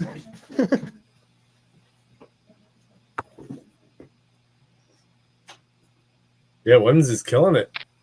What time is it there? Unindoctrinated, Nikki, and West Side are the top 3 people. Oh, dude, yeah, I actually haven't eaten a full meal all day. Snacked a few times. You can't see it. Yeah, top 3. Unindoctrinated, Nikki, and West Side. I'm just watching the pew-pews happen. So we had a good idea in chat. We'll just about, stand back and the watch it. early exiting procedure for the court. Mm. So Dude, from what I found, they really don't. Well, we all respond. can be Even when they sometimes do respond, they get a unindoctrinated. non-response. Sure. I mean, it's absolutely ridiculous. It's beyond ridiculous. I asked them, oh, that was one of my pieces of business that I had today that I meant to ask her about, but she ran away. Mhm. I had done an IPA request for the correspondence and communication between the court and the state police on the order that they had the state police serve me. Yeah. Because I'm assuming, maybe I'm wrong, that they would have had to communicate with each other to ask for it to be served. Mhm. And the only thing that they gave me in response was the paper that I was served with. But I didn't ask for the paper I was served with. I asked for the correspondence between the two entities. That's not And so what they guys just- want to They hear. act like they don't even have a clue what it says. And so they gave me that and said, oh, it's filled. Efficiency of government there. But they're doing it on purpose, you know? And it's like, dude, this is why you're having problems. And it's not like, I know some people will try to flood places with open records requests just to be a dick. Right. I've never asked for anything that I didn't legitimately need for a story that I'm working on. Mhm. Nothing. And even then, I spread my open records requests out so that I'm trying not to give too many at one time and overload them. Even with the court that I need, even with the people who are constantly screwing me around. Ooh, Jesse with the hammer.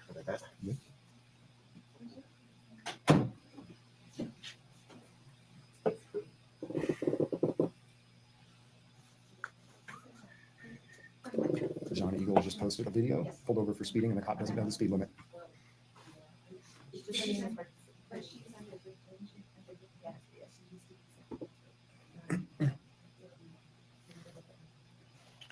You know what'll be interesting is if I send other people who work for James Freeman LLC up to record and work on stories, if the court also files paperwork saying that they can't go up there, because then it would show that it's not even just James Springer. Yeah. It's the entire news. It's the entire news network. All the Freeman Which people. really wouldn't be any different than saying no more CNN here, no more Fox Fake here, news no more network. KTUV. You know, Yeah. the whole company can't come. So that will be interesting.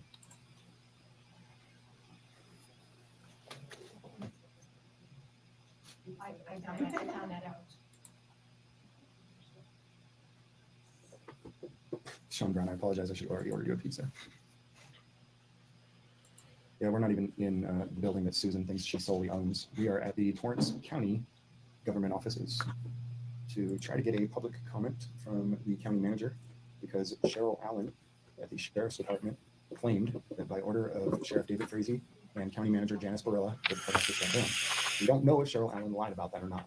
We at this time are assuming that Cheryl Allen lied, but we don't know. 5% battery. Oh boy. Oh crap. You got a charger? In the car. Android. Is it anyone? Yeah. I mean, I can go. Yes. Thank you. They'll have to look at the ceiling. We'll have it success. Yeah. Damn it. I'll be right back, guys. Okay. Chat. You're cutting out. Watch for Susan, or what's her name? Hey, Janice. Yes, thank you. All right, one table. Here we go. Here we go. I think I'm on the bottom now. Me and Anna. Oh no, James. What happened? Holy cow, Westside took all that back. Oh, never mind. Someone just popped it out. And Anna wins. Was she just my dance? Yeah, she's good. Oh, okay. Was she the only one there? Didn't look like it.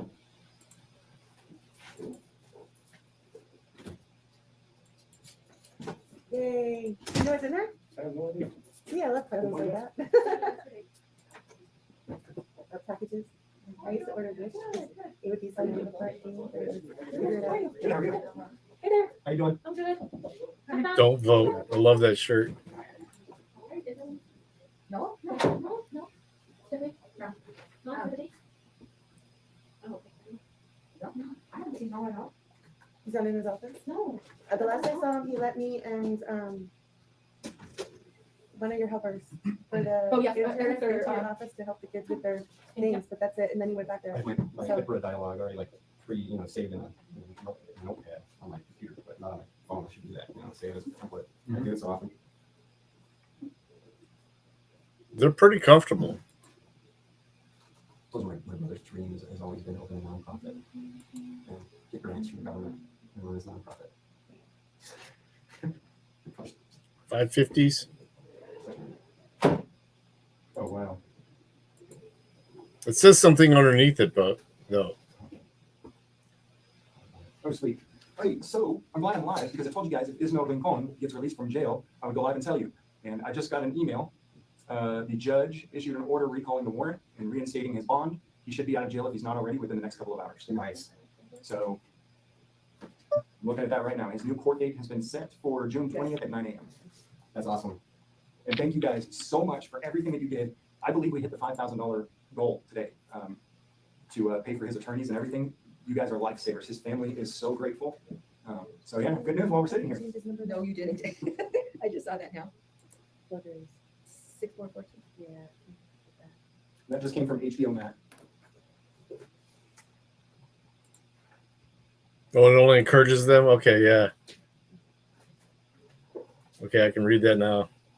Oh, yeah, my shirt. I know most of my audience doesn't agree, but most of y'all don't agree, but that's okay. I think that you guys can see from what's happened that you guys and myself have caused far more change doing what we're doing than we've ever caused voting. You don't vote your way out here, you don't. It says don't vote, it only encourages them. That's right. In case you guys are wondering, don't vote, it only encourages them. And this shirt is in my merch store if you're interested in it. It is in the merch store. I think only 2 have sold. I got a lot of designs that we sell hundreds of. But this one, I think we sold 2.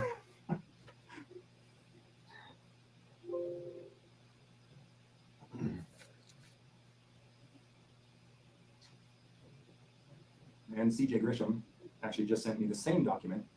CJ is Ismael Rincon's attorney out there in Texas. He just sent me the same document.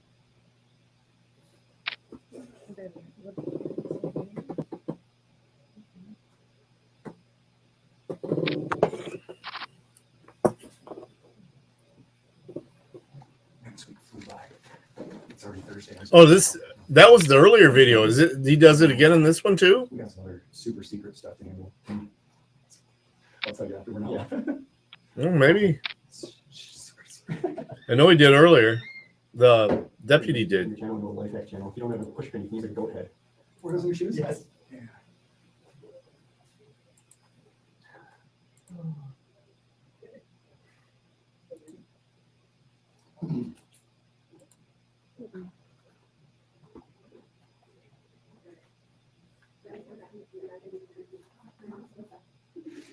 Okay. 357 still hanging in there. Oh, yeah, he left on time. Oh, thank you. I'm not far behind him though. Janice, no, thank you. Sure, sure.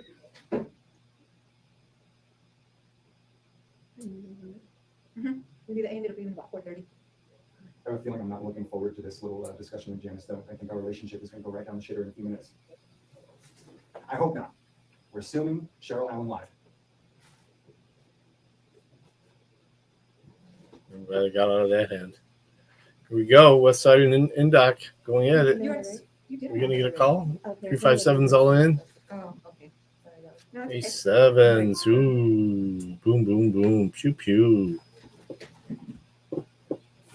GG 357.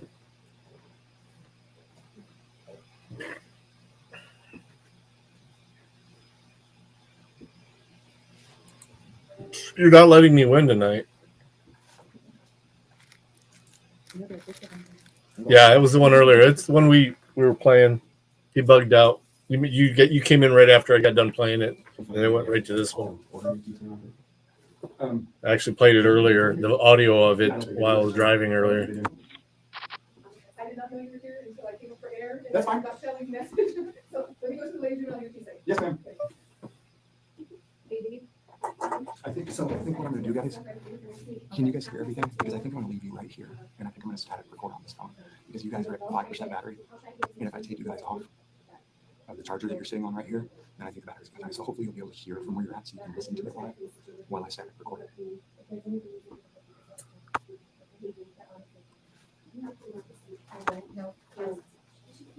No, none of you.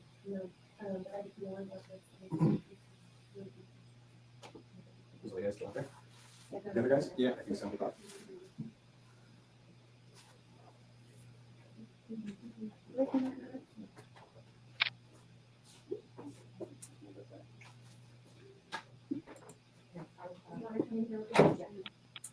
you want to come in? What did you want? I was just wondering, one of the guys called up to the sheriff's office because the courthouse was closed earlier today. Okay. And they said that Cheryl Allen told them that by order of the county manager and the sheriff that the courthouse was shut down. I was hoping that was a lie. That is a lie. Oh, thank goodness. I came up here saying, no, we've always had a great relationship. It's about to go. I'm sorry, no.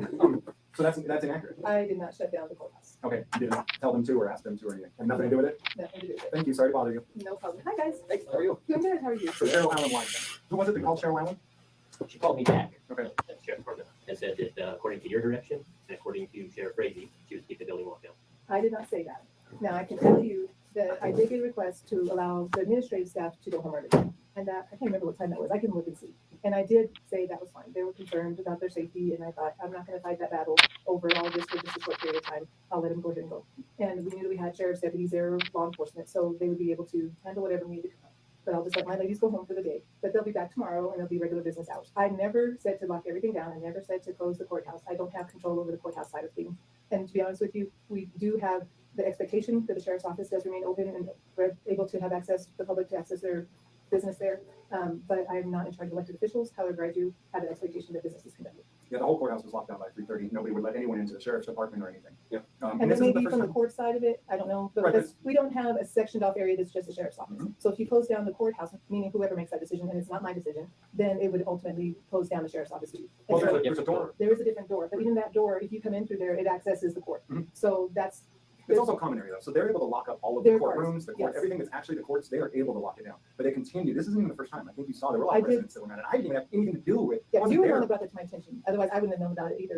And I hadn't even been there for a week. And then I come to find out the reason they're scared for their safety that day was because I reported their cars a week prior. But rather than shutting down the courthouse while I was out there recording their cars, alleging that that's the problem, they waited an entire week and then closed it randomly one day and claimed that it was because I was outside recording cars. I mean, it's gone too far.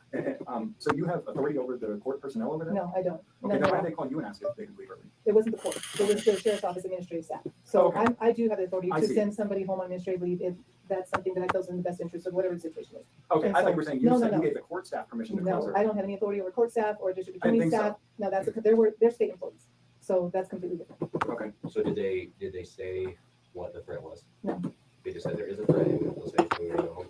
I think it probably had to do with you all showing up over there. I knew that there was discussion about a certain time that you were going to be together. And Oh, it's going to get far worse for them. I don't think they understand. We are having people bust in from the entire nation. Dude, after what happened today, people are pissed. They are beyond pissed off. Like this has escalated farther than anything else I've ever done in 5 or 6 years of doing this. So yeah, they are never in danger. I promise you that. Even the people who call, I don't think that most people even make threats, but when they call and cuss people out, they try to say, oh, it was a threat. Anybody who is making a threat, trace their number, go after them. But anybody who's with us, we are not a threat to them, other than that we are a threat to their job actually. And Susan needs to be in prison, so we're a threat to her liberty, but we're not going to do it personally. We're going to use the legal system. well, I know everybody that's in the room here with me today, and I haven't had any issues with you guys in the past, but that you have talked to me and asked about what had occurred that day, and I don't have any answers for you. I'm not in charge of the Yeah. courts, so I Okay. don't know if they have a PIO that's. Really, the reason we stopped in was because we were told that the order came from you, and we couldn't believe that. I appreciate you not believing that. And we were telling the audience, because we were like, should we call the county? We said, wait a second, let's make sure this is true. Because it sounds like Cheryl's told me a few lies. Cheryl Allen has lied to me a few times. So she's quite untrustworthy. So I did not lock down anything. I don't, no. And you know, from the times that you've come here to the county offices before, we've never locked down anything. Right. And you guys have been, that's why We couldn't imagine that. We couldn't wrap our heads around the fact that came from you. Like that was, we were surprised. I was furious. At Yes, the same time, yes. going, wait a second, no, this isn't what's going. You guys have worked. I mean, every single member of your staff has bent over backwards to help us and work with us over the last 3 years. So I just went, what in the is going on? Okay. Okay. Any more questions for me? No, thank you, ma'am. Okay. I do appreciate it. No problem. Yeah. Okay. Thanks for your time. You guys I guess have we a won't be good bringing the bus out here. We'll just go to the courthouse. No, if they come here, we'll give them a tour of I the believe county you will, offices yes. and show them how things are in Torrance County. But Yes. So every time they call up and say, hey, we're scared, can we go home? Or you gonna just let them go home? no, this was just one of those moments that I didn't have time to completely vet it out because I was dealing with other issues. And I just took an area where it's like only an hour or so before they were actually scheduled to go. Just That go was ahead and today. that was yeah. This afternoon. And if they were truly scared, I mean, you would thought they would have sent some deputies when we were over there, right? I mean, I talked to dispatch, I talked to the sheriff's office. I mean, and they wouldn't send anybody over, so how much of a threat could be then, right? I couldn't tell you. But anyway, Well, I guess I have one more question for you. Okay. So let's say your employees at the dump felt threatened, they would call you and ask if they could go home early, right? we don't have employees. Okay, like in a different county organization that you control, like roads, like they were out getting pelted with rocks on the side of the highway. They would call you to ask if they could go home early. You'd be the one that would I handle would- any early closures, or is it just for the sheriff's No, department? I would handle any early closures for any of the offices. So how many of the departments have ever like asked for going home early? For security. Okay, for security threat. Yes, none. no, okay, so this Now, is, there have been individuals, and I can't speak to specifics that have felt threatened, and I allowed an individual to go home and telework or that type of thing, but never a whole department, so to speak, or a whole It's just industry. kind of funny. Who does the sheriff call when he goes threatened? Right. It's the police department. It's the police. Anyway, I'm sorry, I have other work. Did you need anything else from me? Thank you. Okay, Thank you. all right. Appreciate You it. guys have the rest See of you your day. later. Thank you, ladies. Have a good night. So the only department to ever call for leaving early because they're threatened by the camera is the guys that have all kinds of weapons to kill us with. Boy, we need to take shifts and spend all day every day during open hours at the courthouse live streaming. You guys, these are working men too, though. They ain't doing it. Agree. I agree, Ryan. All right, guys. Well, I'm gonna kill the stream here. It looks like Cheryl Allen lied again. And I believe that I hope that there's finally been an injunction filed against these judges in this court. After my lawyers saw the last stream out there at the courthouse, they said we need to take action right this minute. And from what I understand, he was headed out to Albuquerque to file an injunction against the judge. So I'll keep you up to date on that. There's a lot of stuff with this, guys, that I have not published for you. It has been a nonstop shitstorm. We'll see you guys later. Thanks for watching. Hey, thanks for all the super chats too. I didn't see them coming in. I was focusing on stuff, but I appreciate that.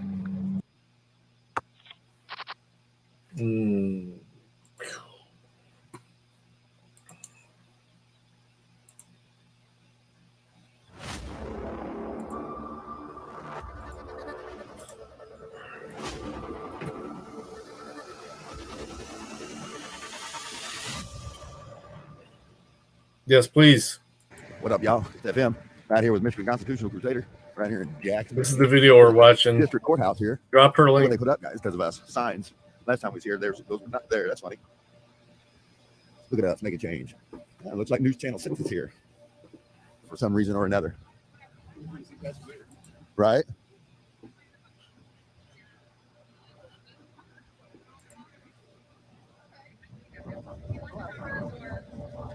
Well, we're still in the game, 357.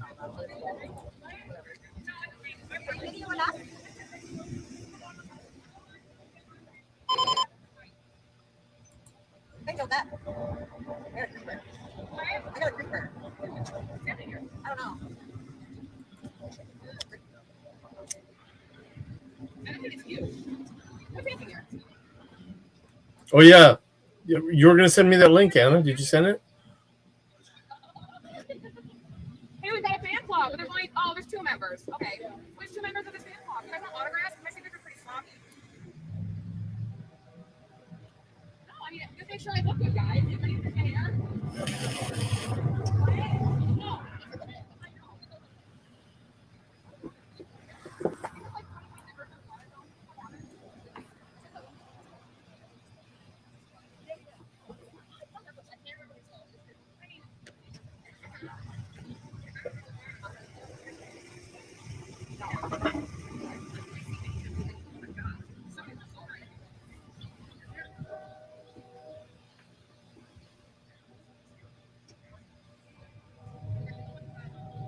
Fuck that big bag, man. Look at that big bag he's got to carry.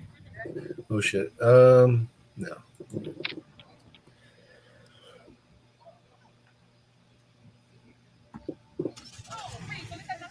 Oh, shut up. What happened in court? I have no idea what happened in court. What happened in court? Oh, they were just like recall hearings and stuff. I thought maybe you guys were here because of that. Recall? Oh, Yeah, go. it is. That's why I was so confused. Like, wait, are we in? Why are we being? Yeah, I don't know. We just walked up. I don't know what's going on. Oh. You guys want to watch the next thing? Oh. There's it. Oh. Michigan? Is that YouTube?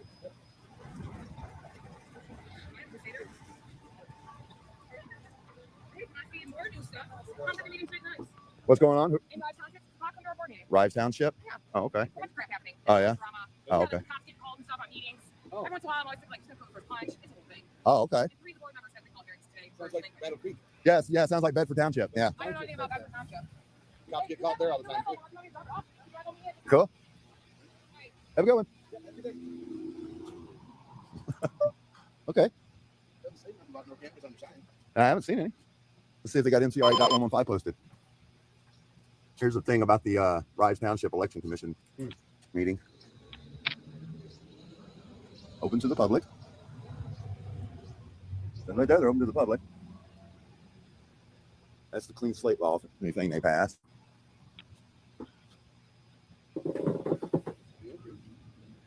Yeah, my son got his record cleaned out by that clean slate law. That's a break room. That's what that is. That's what he says anyway.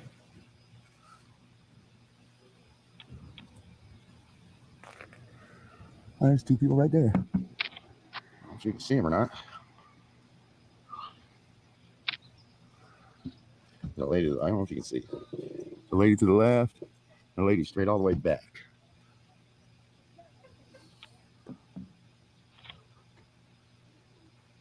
Get off. Where did he go in? Oh, he must have went in. Public entrance, employees only. Oh, there he is. I wonder if they told him he couldn't come in. Oh, it's nice today. Oh, it won't be that bad. There's two people right there. One right there and one straight. Oh, there's a bunch of people. Yeah, there's a bunch of people in there. They let you in? Stacks of paper. They let you in? Well, they didn't say nothing to me. Oh, okay, cool. But I didn't try to go past security because I was waiting on you, and then a bunch of people walked in behind me, so I just walked. Oh, okay. Yeah, I turned around. I was like, what? There you go. I thought the entrance was down here, but I guess. Okay. That's the employee entrance down there. Okay. Let's see what they said. I didn't even see inDOCtriNATION posted anywhere. You sure do want to snap up security.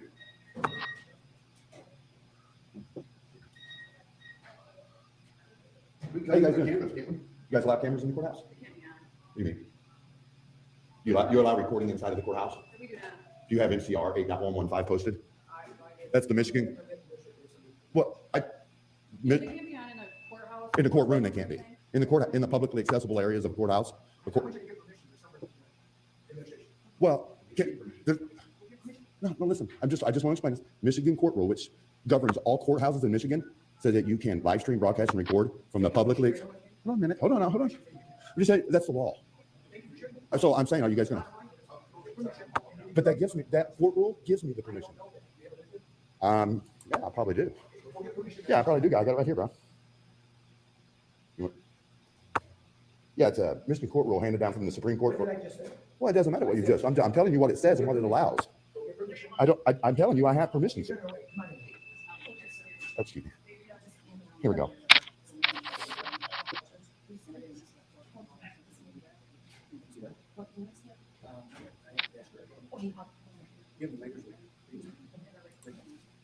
Here we go. Here it says right here.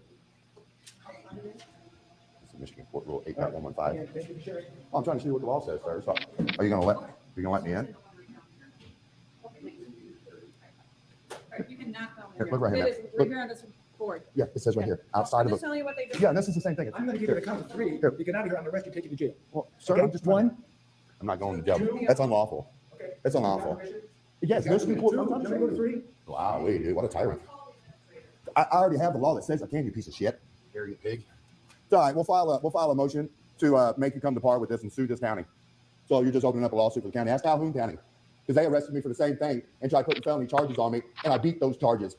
So I'm gonna make y'all look like clowns too. But I don't want to go to jail, and I don't want you putting your grubby little dick beaters on me, piece of shit, scumbag. And he's probably not. Oh, hold on. I meant to ask his little piece of shit ass. Hey, are you MCO certified? Are you MCO certified? Are you MCO certified? Are you MCO certified? Do you have MCO certifications? Do you? Not gonna answer me? Cocksucker. You are. You don't. You're not a cop, are you? You're not a cop, are you? You don't have those certifications. You're a wannabe cop. You piece of shit.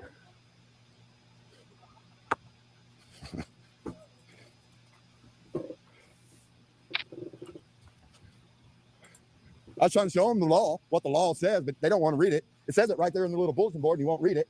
You guys got two phones. You got two phones and he's eating lunch. Oh, nice. And that lady's over there sorting tables. Oh, yeah. Don't let me in. I'll just record from here.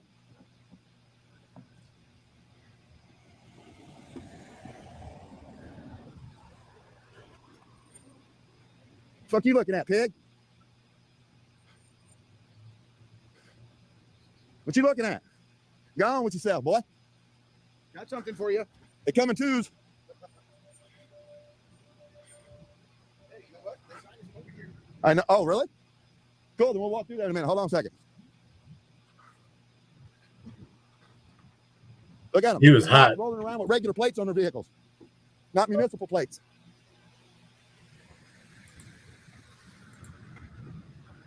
So that's how they get down here in Jackson County, y'all. They don't want to follow MCR 8.115, threaten to get violent, put hands on you and arrest you for trespassing, which I can't be trespassing if it's open to the public.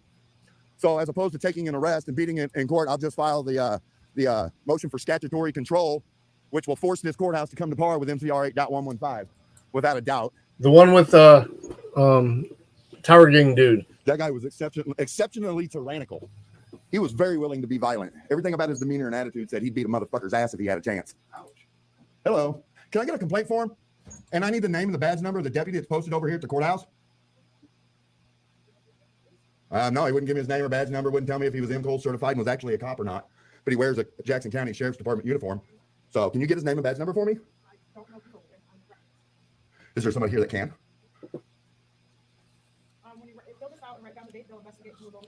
Okay. Can I just walk back over and ask him his name? He threatened to arrest me, put hands on me for being in the courthouse. It's a public place. I'm allowed to be there. So, all right. Well, you got a pen? Awesome. Make sure we do this. Actually, what I'll do. How you doing, sir? Good breathing. It's always good thing. Hey, hold on. All right, here we go. Victim, that'd be me. Oh, but you don't need my address or my phone number, none of that, do you?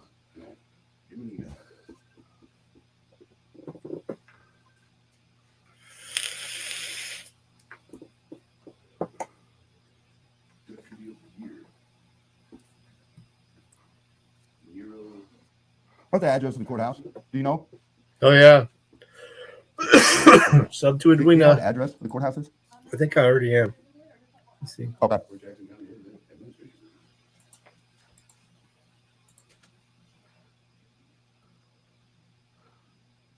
Yeah. She only has 32 subs.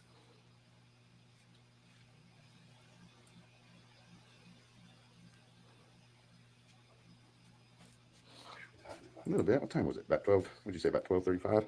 Yeah, roughly. What is today's date? 7th or 8th? I don't know which one. The one you were talking about when I was driving earlier. Did I just get it from you? It's got something on my phone. So.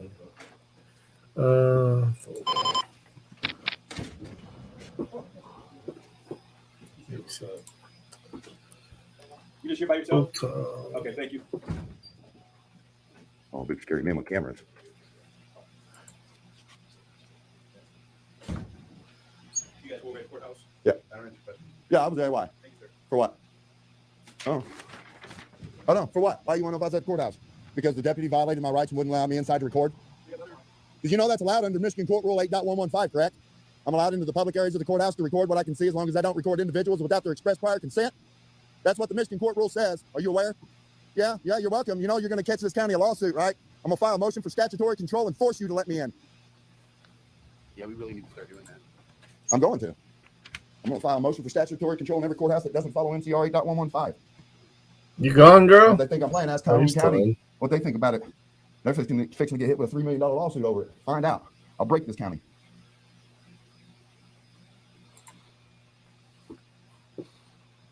Breathing deep. He's hyped.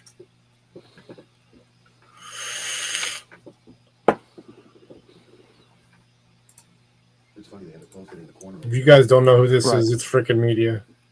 And then when you went to go look at it, they got all butter.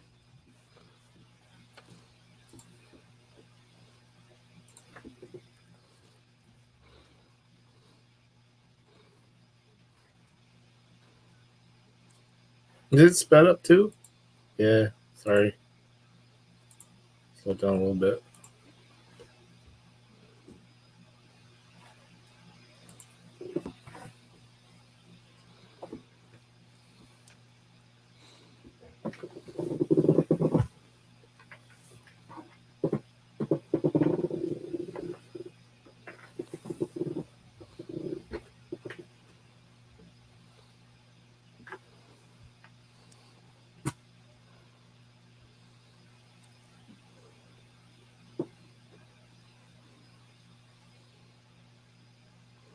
We have 4 women in this game.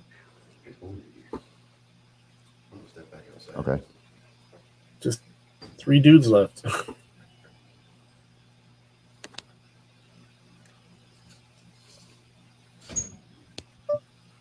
Oh, 200. That's not enough.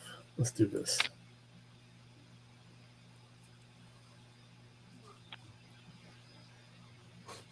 Come on, someone's got to play with me. Here you go. I appreciate that. Thank you very much. Is there a place on here for me to put my email so they can email me, or will they email me? Okay, I got you. I don't see a place on here for an email. Oh, it does select on. Hi, how you doing? Show. Can I talk to you for a minute? Who are you? I mean, are you a supervisor? You're a detective? Oh, okay. 'Cause I don't know the guy working over here at the courthouse, at the older gentleman working the security point. But he would Knock not me out allow on. me inside the courthouse to record, Ooh, which call. I'm allowed to do under Michigan Court Rule 8.115. He calls. And he threatened to arrest Anna's me for gonna trespassing call. if I didn't leave. All And I right. cannot Few of trespass in us that are gonna be public building gone. if it's open to the public. And for him to threaten to trespass me, And for that is a all I have is violation of the my names. constitutional rights and a violation of MCR 8.115. Yeah, I did, and I just went through this with Calhoun County, and they charged me with 2 felonies for wanting to go in the courthouse and record, and I beat it in court. And the judge was very, very particular when he said the reason this all happened is because the deputies lacked knowledge and training, especially on MCR 8.115. He said, and the judge verified everything that I'm saying is true. My case was dismissed. I know that has no bearing here, but if they don't start following MCR 8.115 as it's written, not as they interpret it, they're going to open this county up, the sheriff's department, to a lawsuit. Calhoun County's fixing to catch a $3 million lawsuit for what they've done to me. And I don't want to see the same thing happen to this county if you can prevent that ahead of time. Mm-hmm. Okay. All right. I appreciate it. And, I left because he Boom, boom, boom. Oh, was just very Anna. aggressive and acted like he Damn. wanted to hurt me.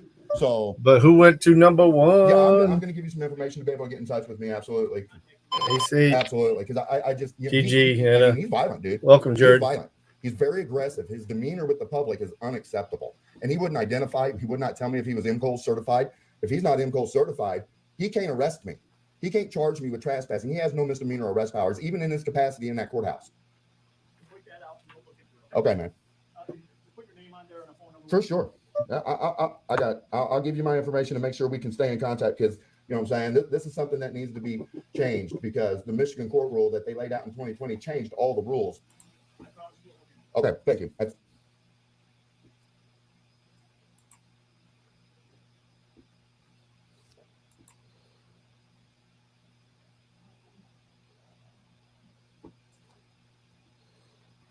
He was hyped. Oh, shit. No, I ain't in this. Sorry, Nikki. Ooh, a pair of 3s. Nikki got tired. All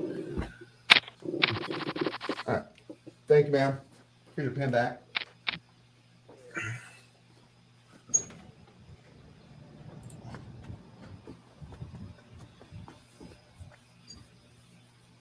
Let's see. Oh, there he is. Yeah, so I filed a complaint on that, deputy. Can you identify yourself to me? Undersheriff, can I talk to you briefly? Sir, I just want to have a cordial conversation about what that deputy just done. He threatened to get Yeah, I did. Yes, sir. Are you familiar with MCR 8.115? I'm just trying to tell you. This happened in Calhoun County to me, and I beat the charges, the sheriff's department. Okay, I just want to make sure you guys are following the rules, man. I'm not trying to be a jerk, but he was really aggressive. I mean, threatened to arrest me for trespassing, and he's not even a cop. Did you? Okay, I appreciate it. Thank you. Does that mean we go in there now? Does that mean I can go in there now? Well, you're not going to follow MCR 8.115? It's a publicly accessible building, sir. I'm allowed to go in there and record from the public accessible places. Wow. Damn. So you're going to arrest me if I go in there? Undersheriff. Scumbags, dude. It's all right. We're going to start filing these motions for statutory control on these places. We're going to force them. But yeah, I'm not taking an arrest, guys. I mean, if you want to come here and exercise your rights and take an unlawful arrest, then you're more than welcome to. Yeah, see this sign here and the signs down there on the fence. We're not here the last time we were here. Okay, guys. Right. None of that signage was here because we walked down through this parking lot and they got all bent out of shape. So now they put up signage. That's hilarious. That's us making change, guys. I mean, whether they're restricting our ability to move through public property or not, we're making change. Dang it, I want to see. Wait, I think I can see it's still a big sty from here. I can see it. Can you? Stand right here and look right at the bottom of the window. You see piles of papers in there still. Oh, yep. So yeah, this sheriff's department has got a lot to learn, especially about Michigan Court Rule 8.115. So we're going to educate them. This courthouse and the sheriff's department, they will learn. I don't know what he went in there and talked to that wannabe cop about, but I'm sure he stroked his ego and told him good job being violent and violating the citizens' rights. Tapidos in here? He was a real tyrant piece of crap himself.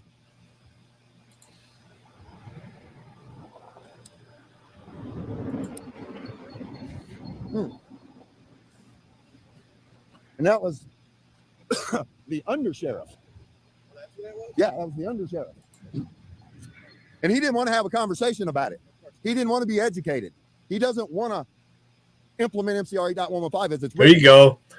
HN says to continually violate our rights.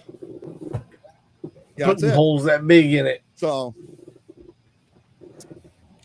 that's what Wayne County now, Lenawee County, Jackson County, Calhoun County, Berrien County, Van Buren County. That's cool. Those are the counties I can name off the top of my head that will not honor 8.115 as it's written. So we got our work cut out for us, but we're going to make them all come to par before it's over. So you've seen it, guys. That's the Jackson County District Court building. My sound's cutting out. Not honoring MCR 8.115, threatening violence against citizens. And that guy was unhinged, dude. I'm telling you now, that guy was unhinged. He would have hurt me. Usually, that's most of the time. That's what it is, man. We just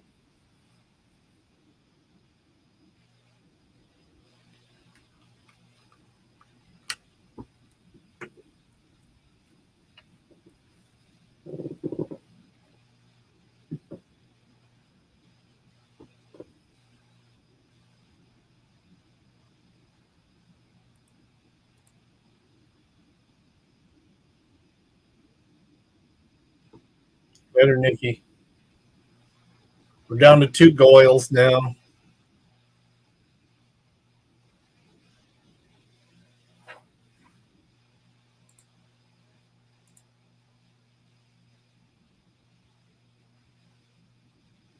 Wait, you did send me something earlier, Dr. Campbell.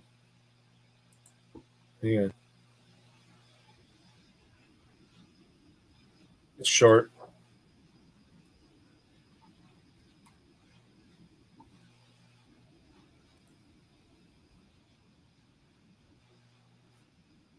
Sorry.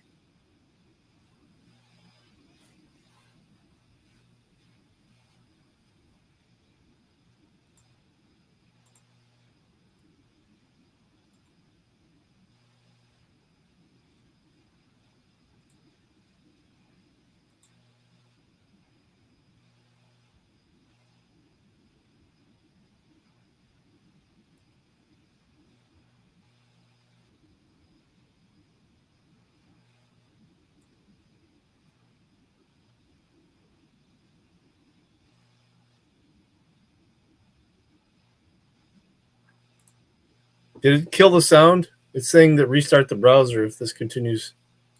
Can you guys hear the sound of this video?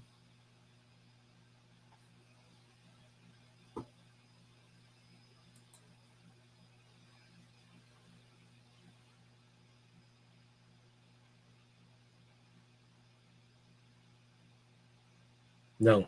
All right, let me fix this.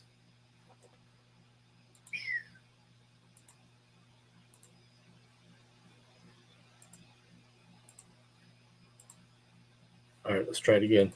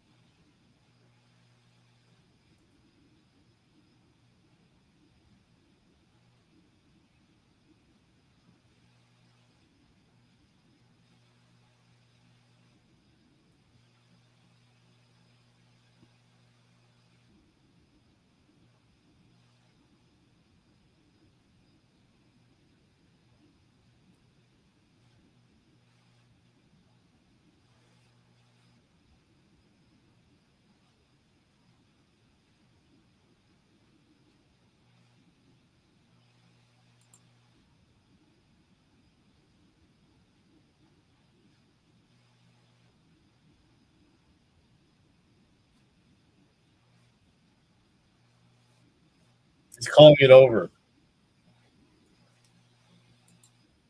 They want more money. How's it muted? I'm sharing the desktop. Fuck. Grandpa. How is there no fucking sound? This continues. You know what? I'm going to close the browser completely.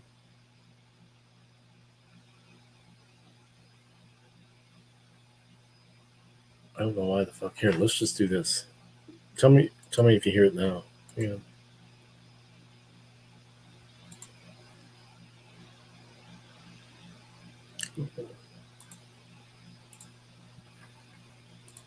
In All right, how about COVID-19 now? certificates to help people move around as safely as possible during the pandemic. Still good? The European Union certification system was used by all 27 EU I member missed the states fucking hand. and Okay. more than 50 other countries. Building on the success of the EU system, WHO is proud today to launch the Global Digital Health Certification Network. Who's this? So thank you so much to European Union for the excellent certification system that you have transferred to us, and we have the chance to build on it. WHO will begin operations of the network today with the existing COVID-19 certificate as a global public good. Soon after, we will expand this infrastructure by incorporating other use, such as a digitized international certificate of vaccination, routine immunization cards, and international patient summaries. WHO will continue to work with all regions to ensure that the network is accessible globally, incorporating relevant experiences and standards from other countries and regions. It's important to emphasize that privacy is key. WHO will not have any access to any personal health data. We will only maintain a directory of the public keys that can be used to verify the authenticity of a member state's digital health records. The Global Digital Health Certification Network will be an important part of our efforts to strengthen health systems and support our member states to prepare better for the next epidemic or pandemic. The network could also play a crucial role in cross-border humanitarian situations by ensuring people have access to their health I know you could hear me. I didn't know if you could hear the video. as they move across borders due to conflict, the climate crisis, and other emergencies. WHO would like to thank again the European Commission for its partnership and support, and for advocating the EU member states and other participants that they migrate to the WHO network. I also thank the EU and WHO teams who worked hard to bring us to this moment. We very much value the European Commission's technical and financial support, and we very much hope that support will continue. WHO looks forward to implementing this administrative arrangement and furthering our collaboration so that all member states can equitably reap the benefits of this vital digital public infrastructure. I thank you, and Katarina, drop your own links, guys. I mean, everybody's Thank you a very god. much, So, Dr. Tedros. right? I think this really summarizes why we at WHO are excited about this project, which really could leave an important global public good. And so, they even go to their channel. you know, we look forward to hearing from you, Commissioner Kyriakides, about why this is important from an EU perspective. Thank you. Over to you. Thank you so much, Dr. Tedros. Ladies and gentlemen, first of all, I'd like to start by thanking you for inviting us to Geneva today. Last November, I had the opportunity to welcome Dr. Tedros to Thank you for inviting us to this basement in Geneva. Brussels, where we presented our vision for stronger cooperation and leadership through the EU Global Health Strategy. At that time, we agreed to work even closer together for better global health. The pioneering digital partnership we are launching today is the opening Yes, of I a did. I new played it chapter in earlier. our partnership. The WHO is a cornerstone of the global health architecture and an indispensable I played your piano lesson earlier. ally for our European Health Union. For the European Health Union, today is also an important day for our contribution to global health. A central pillar for the EU's COVID response is the EU Digital COVID Certificate, which is now being scaled up to global level. This was developed in record time in the most difficult period of the pandemic. This unique open source system built on the power of science to get our economies and our societies moving again. It showed our citizens the light at the end of the tunnel. Okay, we're going to take a break. And protected at the same time public Listen to the health piano. amid the uncertainty of the pandemic. And this EU success story quickly became a global standard. We worked hard with all our international partners to ensure that their national certificates could be recognized under the EU COVID certificate framework. Today, the framework has already been taken up by almost 80 countries. It is truly an example of what we can achieve when the world comes together. And I'm delighted that as of July 1st, the World Health Organization will take up the framework of the EU Digital COVID Certificate. Although COVID-19 is no longer a public health emergency of international concern, this new system will remain a key part of our global preparedness to face future health threats. And through this system, we will build a genuine world standard in digital health documentation. Its global successor, the WHO Global Digital Health Certification Network, is the new chapter in the development of digital health. And as the pandemic has shown us all very clearly, digital health does have the ability to transform healthcare systems around the world and deliver better healthcare to citizens. To end, allow me just to say a few words on our cooperation with WHO in advancing global health more generally. I have said many times that a strong, accountable, and well-resourced WHO must be the leading authority in a reinforced global health architecture. The EU will continue to play its part towards the central objective in the negotiations for an international pandemic agreement and the amendments to the international health regulations. And finally, in ending, Dr. Tedros, I would personally like to thank you for your cooperation, for your leadership, and for the valuable help during the pandemic, but also to arrive.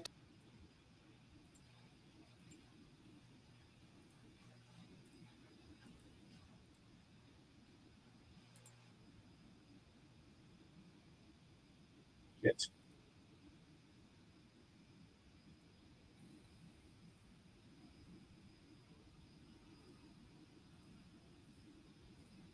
To improve global health.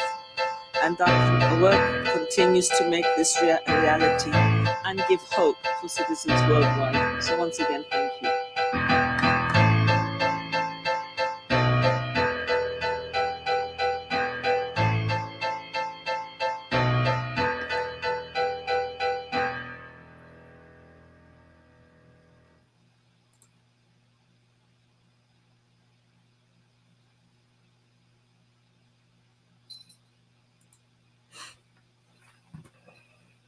Sorry about that, Unindoctrinated. I had pocket sevens, so, and there was a 7 on the board, so I went for it. We went for it. Oh, what's this? What else we got? Slow, easy, still Dre. Okay.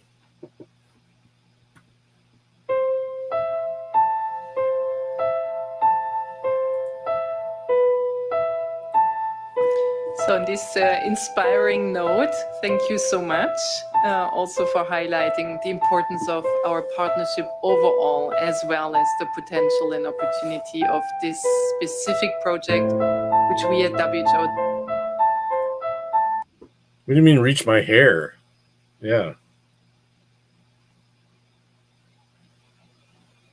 I mean, I keep my hair very short, but yeah, it reaches my hair.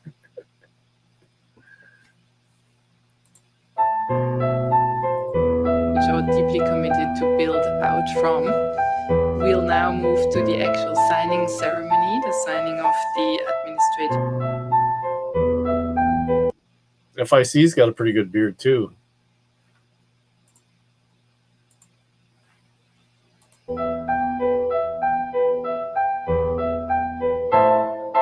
Arrangement and letter of intent.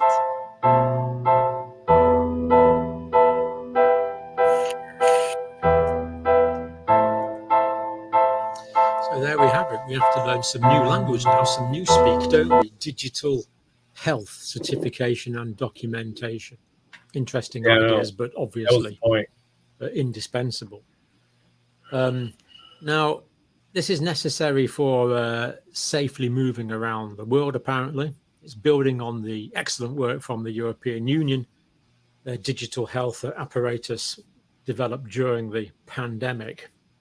And this is for global public good, according to the speakers. So they're saying it's for global public good. You might have different opinions, but that's what they're saying. There's going to be progressively more digitalization. I really wanted to be in the sand too. This is just the beginning of all these great things that are going to happen to improve. What was the phrase? Oh, that's right, digital health. You're stunt double. Health. You were pleased to hear that privacy data is going to be protected.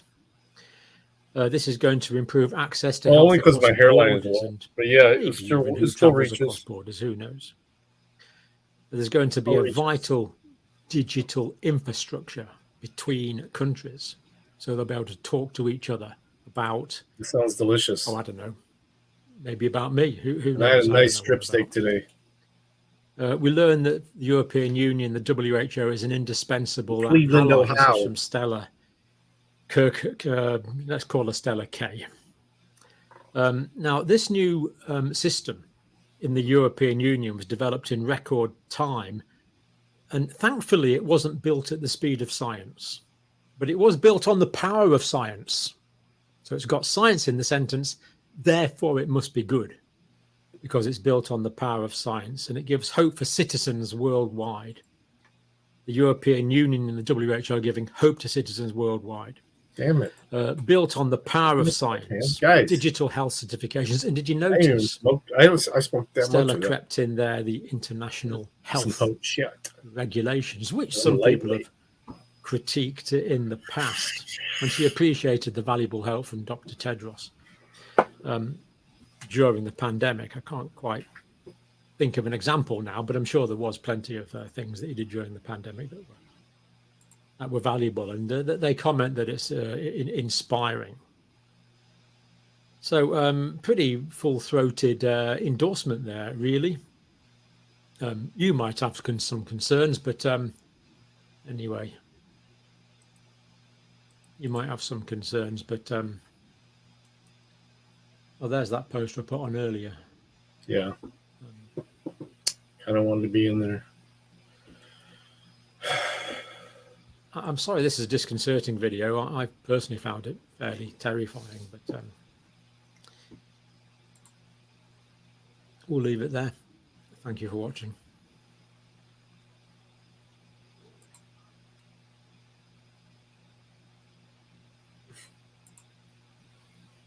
Oh shit. All right. Fuck. I had another video ready. I had it and then I lost it.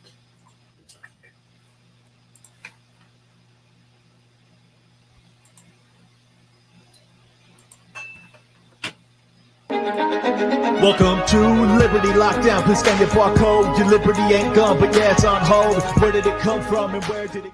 Welcome, everybody, to another live stream edition of Liberty Lockdown. This is Clint Russell. I am back from Virginia. Had a great time on Timcast. Did both the Friday and Monday appearance. It was legendary. I enjoyed it tremendously. And to keep the legendary hits rolling, yeah, the Friday one gets I have down. on Professor St. Ange. He has been win, I think. Blowing up the Twitter sphere with his economic understanding. He comes from my camp. He's a fellow at Mises, as well as an economist for Heritage. And without further ado, Doctor, what's up, brother? Hey, it's great to be here. Thanks. You probably don't know much about me, but I was a mortgage broker for about a dozen years, had a mortgage shop, and come from the Austrian school. So I thought that this would be a tremendous conversation. I wanted to start off by getting into the urban doom loop video that you put out this morning. Yes. Yeah. I mean, this is something that anyone with any Austrian economics understanding kind of saw coming. I don't think any of us understood that there would be a political alignment that actually seems to be propagating this, though, even as it degrades to the point of a breaking point in, San Francisco is the most obvious example, but there's many liberal cities that are doing the same, where they're embracing homelessness as well as, absolutely astronomical tax rates, very burdensome regulatory environment. The list goes on and on. They locked down many of these businesses for over a year. It doesn't seem as if the political class is willing to ever look in the mirror and realize that they are the cause of this destruction. Do you think they ever will? They have become amazingly short-sighted, and in a sense, they've always been very short-sighted, right? It's been a very, very long time since we've actually had statesmen running the republic. But for, I think, most of our lives, voters had sort of held their feet to the fire to a certain degree. And it seems like something really changed over the past 5 or 10 years, where there's extraordinarily little accountability. The voters, I assume, are no better or worse than they've always been. And so, if you sort of look for what changed over that period, I think the best candidate is that the media. The media went from pretending to be objective to just covering for the regime. And we're to the point now where politicians do whatever is in their own interests in the very short term because they know that the media has their back. Yeah. It is remarkable, though, that the voters in these cities aren't just having reality hit them in the face. I mean, I was born and raised in California, in San Diego, and I witnessed San Francisco and Los Angeles' degradation, but as soon as I saw it spread all the way to San Diego, I knew the whole state was lost, because San Diego was really the last bastion of any sort of sanity in California in terms of major cities. Obviously, there's still rural areas that aren't totally out of their minds. But let's get into the urban doom loop. You threw out a bunch of statistics that were really startling to me. I think from my vantage point as a former mortgage guy, most startling was the 30% plus vacancy rate in commercial real estate in San Francisco. That doesn't seem sustainable. Yeah, it's incredible. That was some of the most in-demand real estate in the entire country. Before the pandemic, it was about a 4% vacancy rate, which from the industry that, if 4% of the parking spaces are open in a city, you cannot find a parking space. I mean, it's not like, the 4% is just sitting there waiting for you to pick it up. That basically is going to feel to people like zero vacancy. And now it's 1 in 3. It's actually rising, right? What's happening at this point is that as the leases run out, stores, offices are just leaving. So, that's 31% with a bunch of the remaining ones locked in, implying that, over the next year or two, that might head towards 40, 50%. There is a point where the city is dead, right? You get this doom loop, this sort of accelerating collapse where the streets feel empty, the restaurants and stores close down. You've got nothing but, boarded up stores. And then even the people who are left, they feel like, the employees don't want to come to work. There is some point where they either decamp to the suburbs, which is what happened in Detroit, for example, or, they just move altogether, given that the state of California is pretty much putting the screws on them no matter where. Well, it begs the question, do you think that the fate of San Francisco looks something like Detroit? Hang on. On the path they are going, I think it certainly looks like Detroit. The metropolitan area of Detroit actually didn't collapse as badly as people have in their mind. The city center of Detroit emptied out and became a wasteland, but the suburbs of Detroit are pretty much like any suburb in the U.S. Because the state of Michigan did not go insane at the same time. So I think it's possible that what you could see in places like San Fran or LA could potentially be even worse than Detroit, where the city center is gutted while people in the suburbs are, they're looking at Austin or Dallas or really anywhere civilized that's outside of the state of California at the moment. What makes this unique, though, is that, Detroit kind of died because there was, at least this is my understanding of it, that there was a globalization of the economy, and that much of the production of motor vehicles was being outsourced to Mexico and other countries with cheaper labor costs. And obviously the unionization and the labor costs in Detroit were higher than what they could find in other nations. This is a unique situation because there really isn't anything that's causing, in terms of just like natural economic competitive forces, that is causing the industries to flee San Francisco. It is strictly a governmental program, or am I wrong? Yeah, I think you're right. Tech is doing just fine. They're running through a rough patch at the moment with layoffs, but a lot of that is just because they grew so fast during the pandemic, because they had a captive audience. But this is not a situation like Detroit where the main industry went into decline. Now, of course, even when we talk about Detroit, there were plenty of jobs created all over the country, right? So Austin, Seattle, even places like LA that are not particularly tech focused, plenty of other cities in the US got millions and millions of new jobs. So I think Detroit is not so much why did, the auto industry collapse. It's more like, well, sure, industries, cycle through all the time. From decade to decade, the jobs change. The question is really, why did those new jobs not come to Detroit? And I think what happened in Detroit is that the local government saw the car industry as a hostage that, it could just keep squeezing and squeezing more out of it. And yeah, that's true. They had factories set up. Those are very expensive factories. They had their workforce was there. The problem is that once you push them past a certain line, they go away. And once they go away, they do not come back. And meanwhile, they had created such a hostile attitude towards business in general because they had sort of this like hostage industrial complex that when that main hostage finally fled, all of those millions of new jobs that were created all over the country, those went to everywhere but Detroit. Right. Well, and having been an entrepreneur in California, I can tell you that is a very similar tale to what I felt and experienced in that time. It was just like, okay, I'm getting taxed to death. The regulatory environment wants to audit me every year because I'm not a conventional lender. So I'm being treated as if I'm a criminal, even though I'm not, Right. And then on top of that, you have the lockdowns. On top of that, you have, just generally unfriendly business practices, a regulatory environment that makes it absolutely miserable to exist, basically impossible to coexist with that state government. And I left and went 3,000 miles away, and I was probably one of about 1 million Californians that did that over the past 3 years or even more. And I don't think those people are coming back. So I'm just trying to like get a vision for what California looks like. Are they just going to open up the border and replace it with, Mexican immigrants? I don't understand what they think their future is, or is it all just short-sighted because they're, cultists and true believers?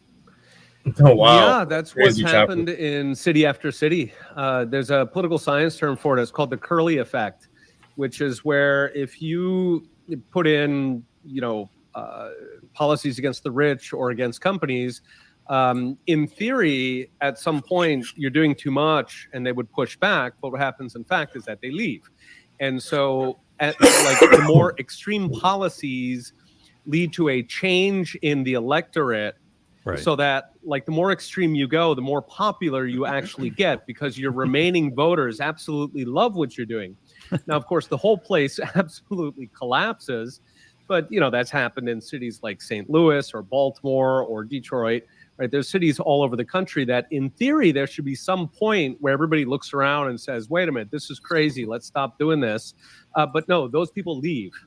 And then the remaining voters are, in fact, they want more. Maybe they want more handouts or more city benefits and so on. Right. Well, I mean, but at some point, doesn't economics come into play where you have to be able to balance the budget and you know, if you have such an immense social safety net, you force out all of the productive class, and you have all of the people that are the takers that are, you know, flooding into these areas. It seems that bankruptcy is ultimately on offer. Right. And if these city leaders actually looked at the entire city and, you know, if their goal in life was to make the city a better place, then right, at some point they would sit there and sort of wake up and do the math, and they would say, wait a minute, this isn't working. You know, we raised an additional 1 million in revenue, but we chase out 10 million worth of business, and you know, they would stop doing it. But of course, the problem is that these leaders are not necessarily doing what's in the interest of their voters. They're doing what is in their own personal interest. Sure. Right. And they're, so, you know, sure, give up 1 million or gain 1 million to lose 10 million, but did it help you win the next election? Did you get a nice soundbite out of it? Did you knock down the guy who is coming after you from the other side, who's even more progressive? So, you know, for their own personal utility functions, it's basically in their interest to run the place into the ground. Yeah, man. There's a small blind. There's So a big flaw in democracy, huh? I mean, there is that. Yeah, that's Hans Hermann Hoppe's thing, right? That monarchy treats the place like they own it, whereas democracies treat it like a rental car. They ride it hard. Yeah, well, and democracy isn't a total disaster if you have a relatively honorable, hardworking, you know, populace that votes in accordance with that. But we don't have that. You could have that. The other solution, of course, is just to have a really strong constitution, right? True.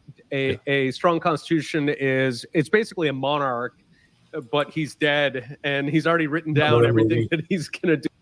I watched that movie with my dad. So you don't have to worry about him going crazy.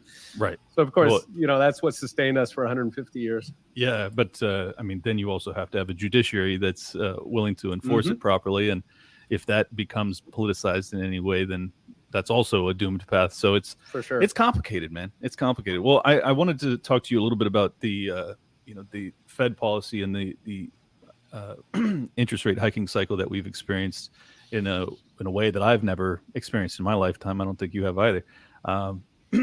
Basically, the Fed funds rate went from a quarter point up to 5 over a little bit over a year period. 30-year mortgages are around 7% for 30 years, whereas they were around 3% just a year ago. And we really haven't seen the adjustment in pricing of housing that I would have expected, or at least we haven't yet. I think what's interesting, though, is that if you look at the rate on like rent rates versus cost of ownership, if you have a mortgage, if you look in major metropolitan areas as well as some that aren't cities, that gap is very significant, where the cost of renting is much cheaper than it is the cost of ownership. And normally you have an equilibrium somewhere around where they're on par with one another. I assume that you'll agree with me that it's more probable that we won't see that gap close by rents increasing, but rather we will see that gap close by seeing prices decrease. Anything I've said that you disagree with? Not that I disagree, but sort of the market can stay irrational longer than you can stay solvent, sort of point, right? So, you know, if you look at places like Canada, for example, that the kind of housing bubble that Canada, Australia, I think the UK as well, they have seen housing bubbles that are massively bigger than even in the US. You know, so for rich people internationally, sounds like a good idea. 357. I mean, the U.S. is really, really a bargain market, even at these prices. So in theory, the rent and the ownership should come together, but in practice, that can take a really, really long time. And, you know, what I think standing in the way at the moment is that people are not willing to sell. Right? So normally you have a certain amount of houses that come on the market because people's kids moved out or, you know, whatever. They're downsizing, they're upsizing, they're selling their old place. But in this market right now, as you just mentioned, right, you might have bought the house with a 3% mortgage, but if you sell it and flip to another one now, you're going to have to pay a 7% mortgage. So there's a massive gap right now. And if people expected those 7% rates to last forever, then they might just say, well, that's life. I'm going to have to pay more. But of course, in this context, pretty much everybody expects that interest rates are going to come back to normal, which in their mind is something like 3-4% for mortgages. So they expect that to happen in the next year or two, which means that there's a whole lot of supply that is held off the market right now. Sure. People are basically speculating. Their kids moved out. They don't need a 4-bedroom house, but it would actually be more expensive to downsize. Meanwhile, of course, you have inflation that keeps marching, and inflation keeps pushing up house prices. So, you have sort of two really strong. Yeah, just go into the table, open lobby, and then you can just click on the table and still view the table. Speculative reasons to keep your house off the market. Even I don't want to buy a house either. Not in this fucking market. Then if and Anna recommended this video. This guy's actually got some good points over here. This guy, he's just reporting on what he knows lately. I guess he just did a big story recently too. You're ready to move. Fuck. Well, let me disabuse those people of the notion that 3 to 4% mortgages are the norm. That is a historic anomaly that we have never seen. Right. I mean, 6 to 8% was actually more within the ballpark of normal. And if there was any semblance of actual risk assessment that was happening when it came to lending out money, I think that would probably be closer to what a market would actually deliver upon. I can say that because I was a private money mortgage broker, and I would only lend money from 8 to 10% because that's really where the risk starts to make sense. Anything lower than that, and you're just looking at it like, well, this is stupid. Like I would never make this investment, but because we have all of these government entities that are either actually printing and lending out the money or guaranteeing it, Fannie, Freddie, et cetera. It really has distorted that market in a very deep way, and it has ultimately distorted the American psyche when it comes to home ownership. They don't understand it. They think that it's a parabolic rise in housing, but really it's just in my estimation a hedge against inflation at best, and ultimately a depreciating asset. It's bizarre though, because I've just gone through the process of building 6 houses in San Diego, and thank God I'll be out of there in about a month or 2 months maybe. But it took me 5 years, and the all right, let's see what this goofball is playing. We'll finish this up.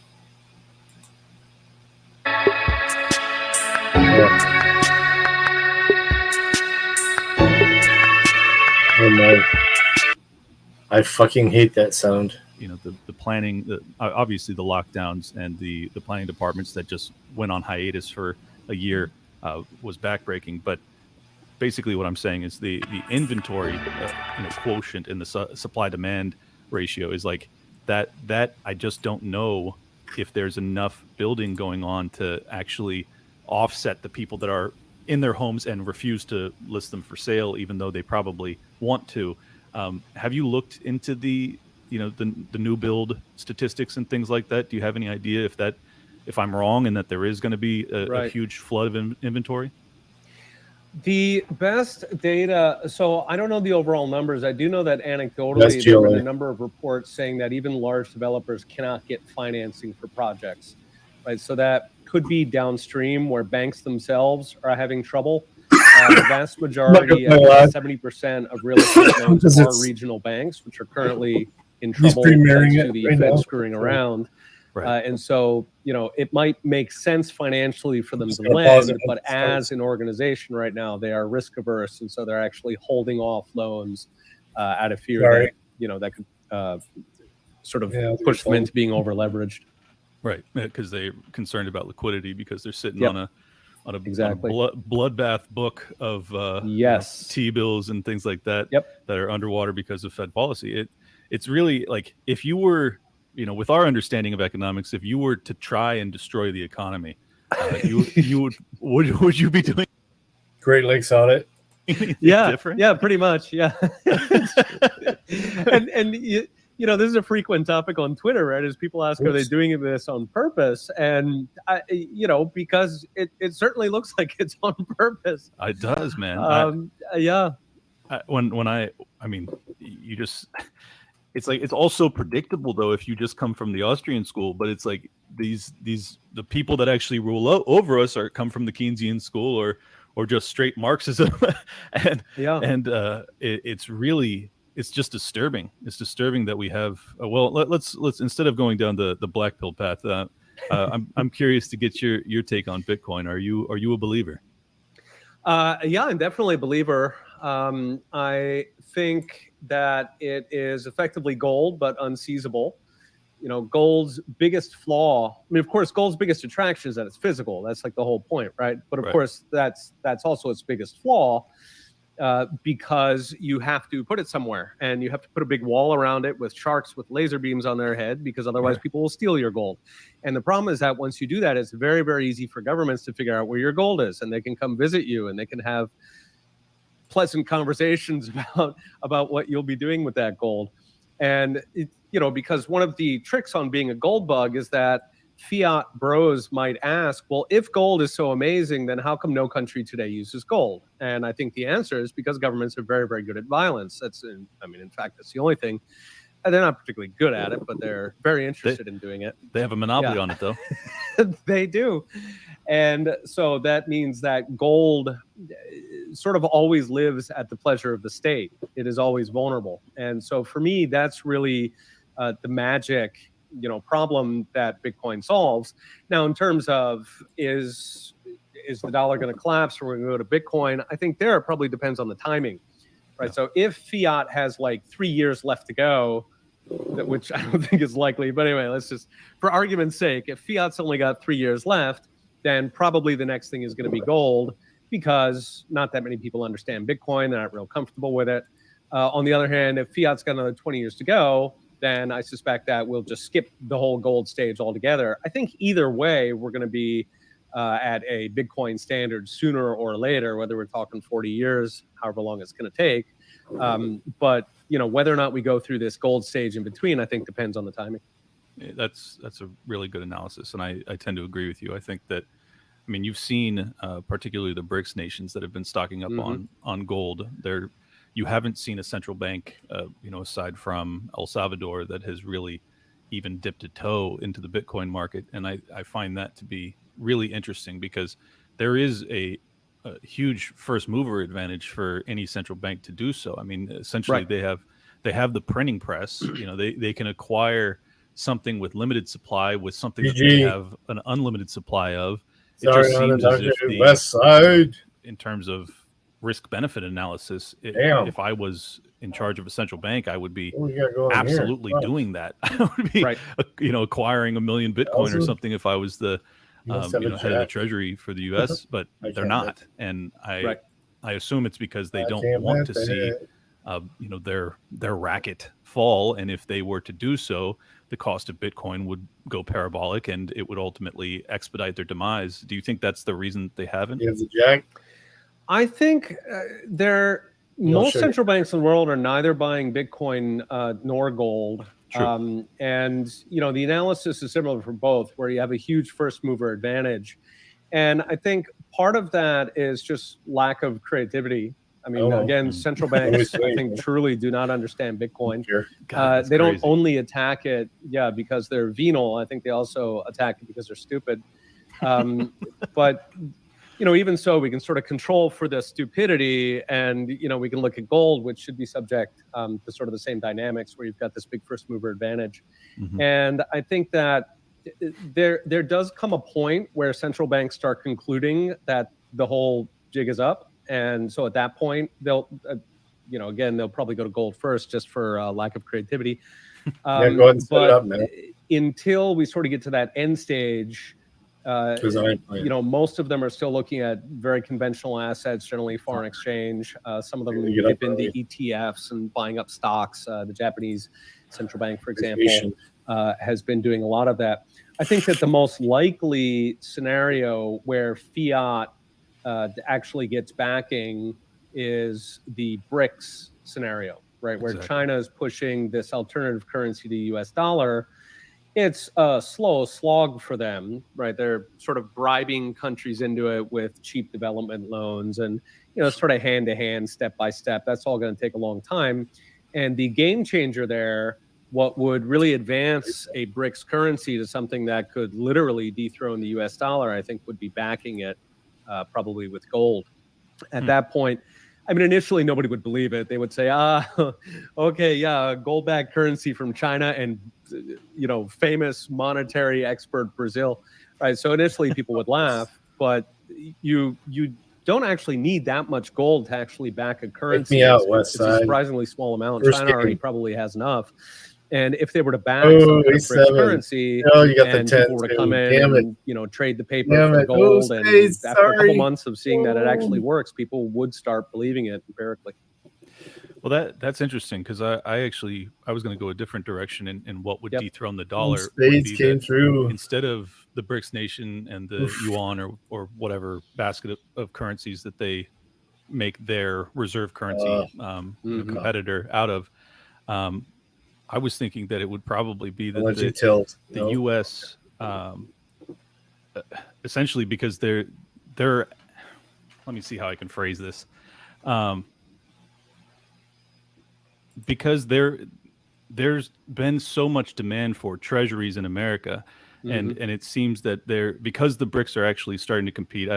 Basically, the overarching analysis here is that I'm really concerned that the Ukraine crisis with Russia and the risk of World War III is about defending the petrodollar system, and I think that the biggest threat to the U.S. dollar would be Saudi Arabia and basically all of the oil producing nations starting to sell in something other than US dollars. Is that an overstated concern amongst our camp? I think it is. Overall, of course, the US wants everybody to use the US dollar, so they continue giving us useful things for green bits of paper.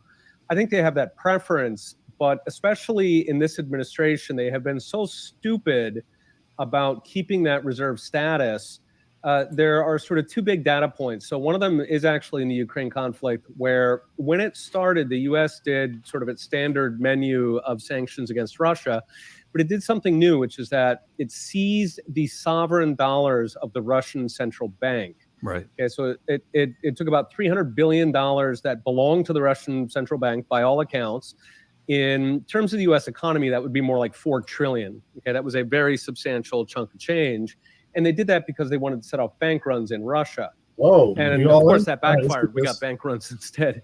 Yeah. But Ace 10 again. crossed You a got really your 10 big again. line for countries all over the world where it it had sort of been understood, right? Even during the Cold War, we had multiple proxy wars going on all over the world, and we never, ever even talked about doing something like that. And the reason is because if you want to be the reserve currency, you have to take all comers. You even want your enemies to depend on you, right? And once they politicized that, it was unbelievably stupid. The cost benefit, right? So whatever pain you're going to inflict on Russia in this particular conflict versus essentially dooming the US dollar on a slow fuse, because now we're seeing countries all over the world. It's not just the BRICS gang. It's ASEAN, the Southeast Asian countries. They had a conference a couple months ago. The Indonesian president literally said, look what happened to Russia. We have to diversify out of the US dollar. So that is so unbelievably stupid. Another one that they're just starting with this front now is, at least seizing Russian central bank assets. Most countries don't invade their neighbors. And so maybe you would imagine most countries say, well, sure, but as long as I don't invade Ukraine, then I should be okay. And what the administration is doing now is they're putting pressure on countries over their domestic policies. So just the other day, they started putting pressure on Uganda. Uganda, like most African countries, is extremely conservative on social issues, obviously. Right. This is true for about 185 out of the 200 countries in the world. They're all worth a sanction if Ukraine is over, the number of official genders. And so this is sort of opening up a new front here where, countries like Saudi Arabia, countries all across Africa, places like India, Latin America, really pretty much everything, again, has to question, are we going to catch sanctions? Are they going to go after our dollars because they don't like some random domestic policy? And, of course, if you're a country like Uganda, you kind of can't bow to that pressure. I mean, that it's a very heartfelt issue in Uganda. Right. The U.S. is even putting pressure right now on Japan. Japan has a big LGBT policy debate, and traditionally it had sort of been understood that the U.S. and Japan stay out of each other's domestic affairs because we have a military relationship, and you want to keep that nice and clean. And the administration has been making waves over there because the ambassador has just been sticking his finger into everything to do with this debate here. And the sort of background intimation is that the military relationship may degrade if Japan doesn't do exactly what the U.S. wants. These countries are not going to accept that kind of serfdom.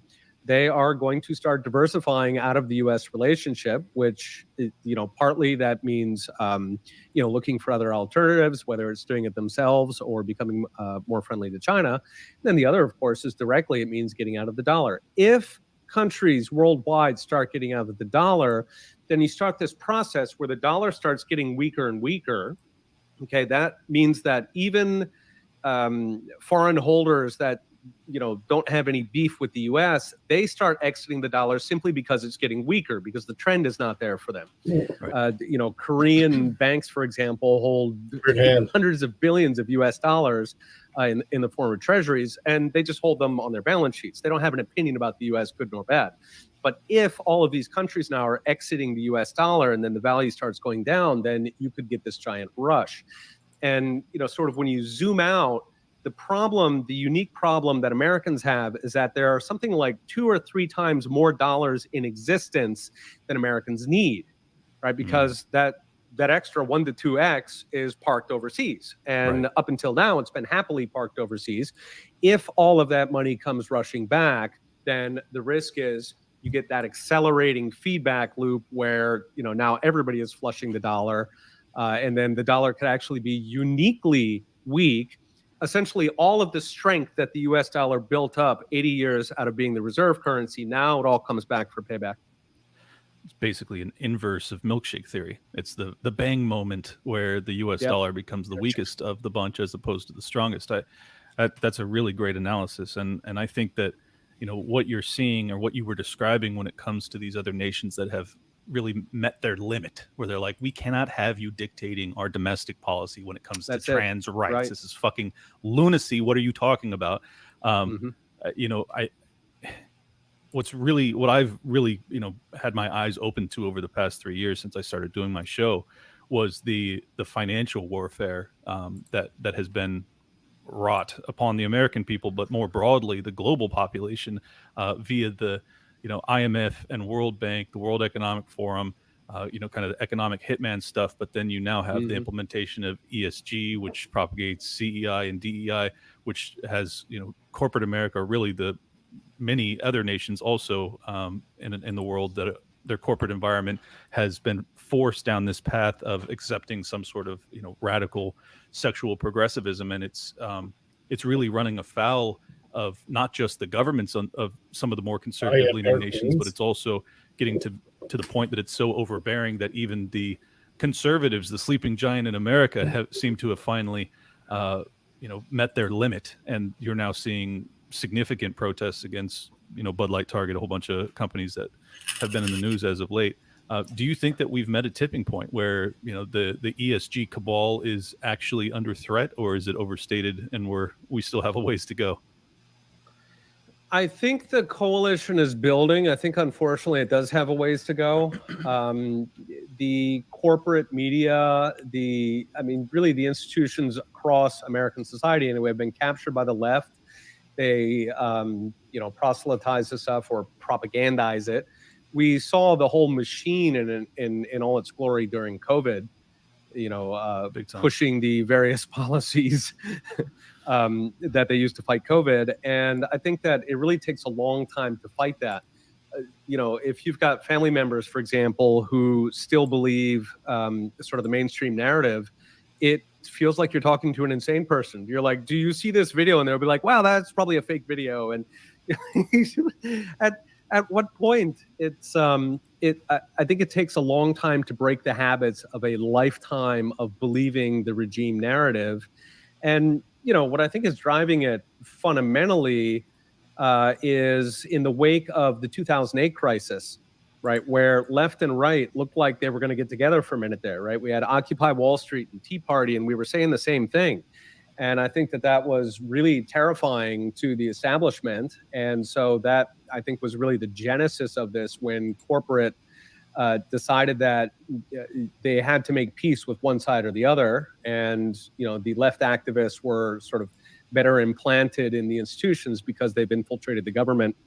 And so they went on this campaign to really divide the two sides. So in a sense, this super aggressive corporate social policy, I think, was their defense mechanism to disarm the people, to keep the people in the U.S. split. But of course, the problem is that particular question is not topical in some places like, say, Japan. The main goal of corporate Japan is not to keep the Japanese people split so that they can keep crushing them. Right. And so for them, this is kind of like, this isn't something they want, right? They would rather not comment on transgender policy or, whatever the issue is. They would rather do what companies have always done, which is stay out of the limelight and just keep doing business. So I think there's this constant tension. Well, who's winning now is a vague question, because one of us is winning. Period. One of us isn't. Tension where, individual companies, whether it's Bud Light or Target or whatever, really, it's in their own interest to just stay out of this crap.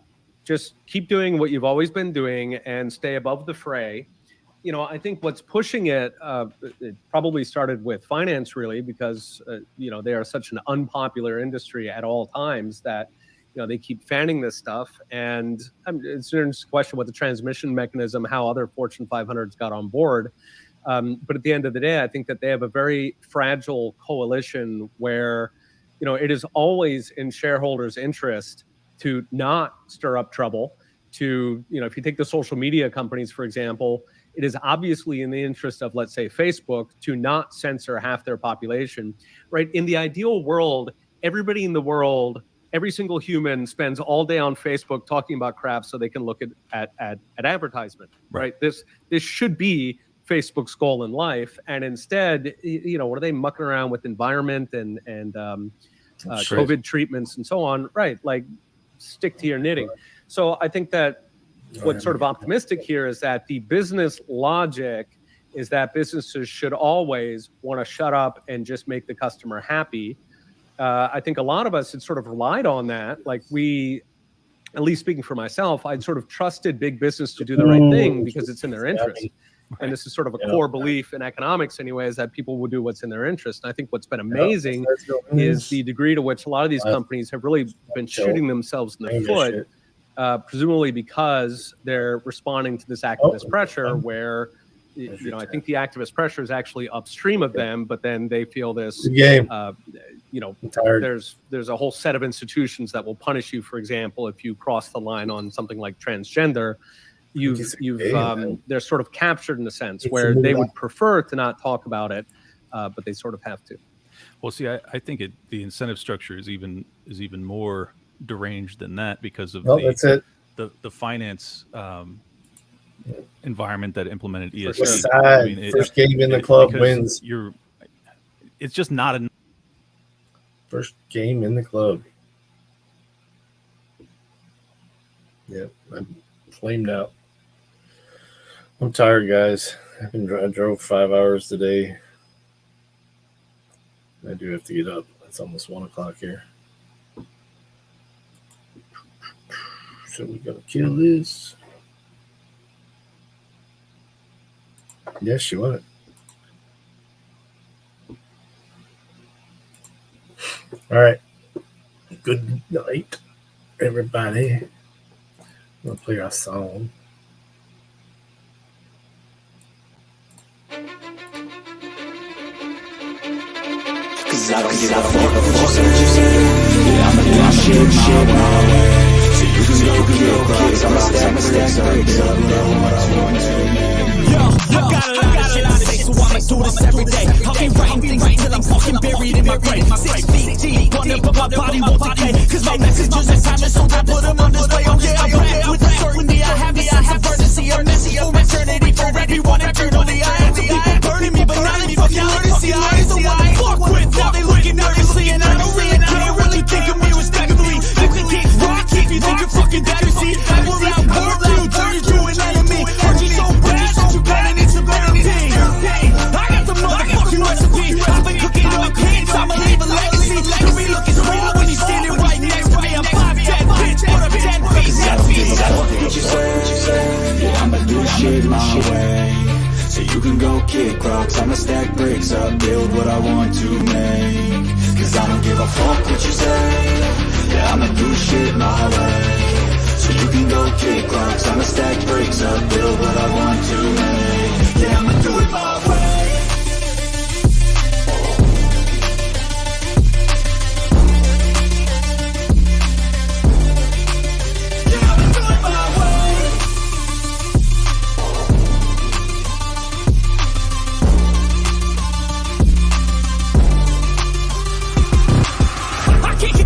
Coming out with a statement. You really changed, man, all your music and arrangement. You don't know shit, shut your mouth, you can save it. I'm the same dude that got his come up from the basement. 100 songs, 100 weeks, didn't change it. Experiments, development, intelligence, and patience. I'll do it all again, cause I never feel complacent. Let's keep the good vibes, positivity's contagious. I'm never looking back, cause I made a life that's passionate. A college graduate suppressing all his talents, yeah. He found a way to go and change, become an advocate. For taking control of your life, go out and battle. And you think you have a dream, then act on it. Get after it, get out your head and fucking capture it. You got one life to master it.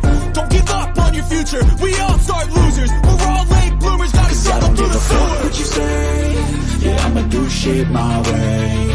So you can go kick rocks, I'ma stack bricks up, build what I want to make. Cause I don't give a fuck what you say.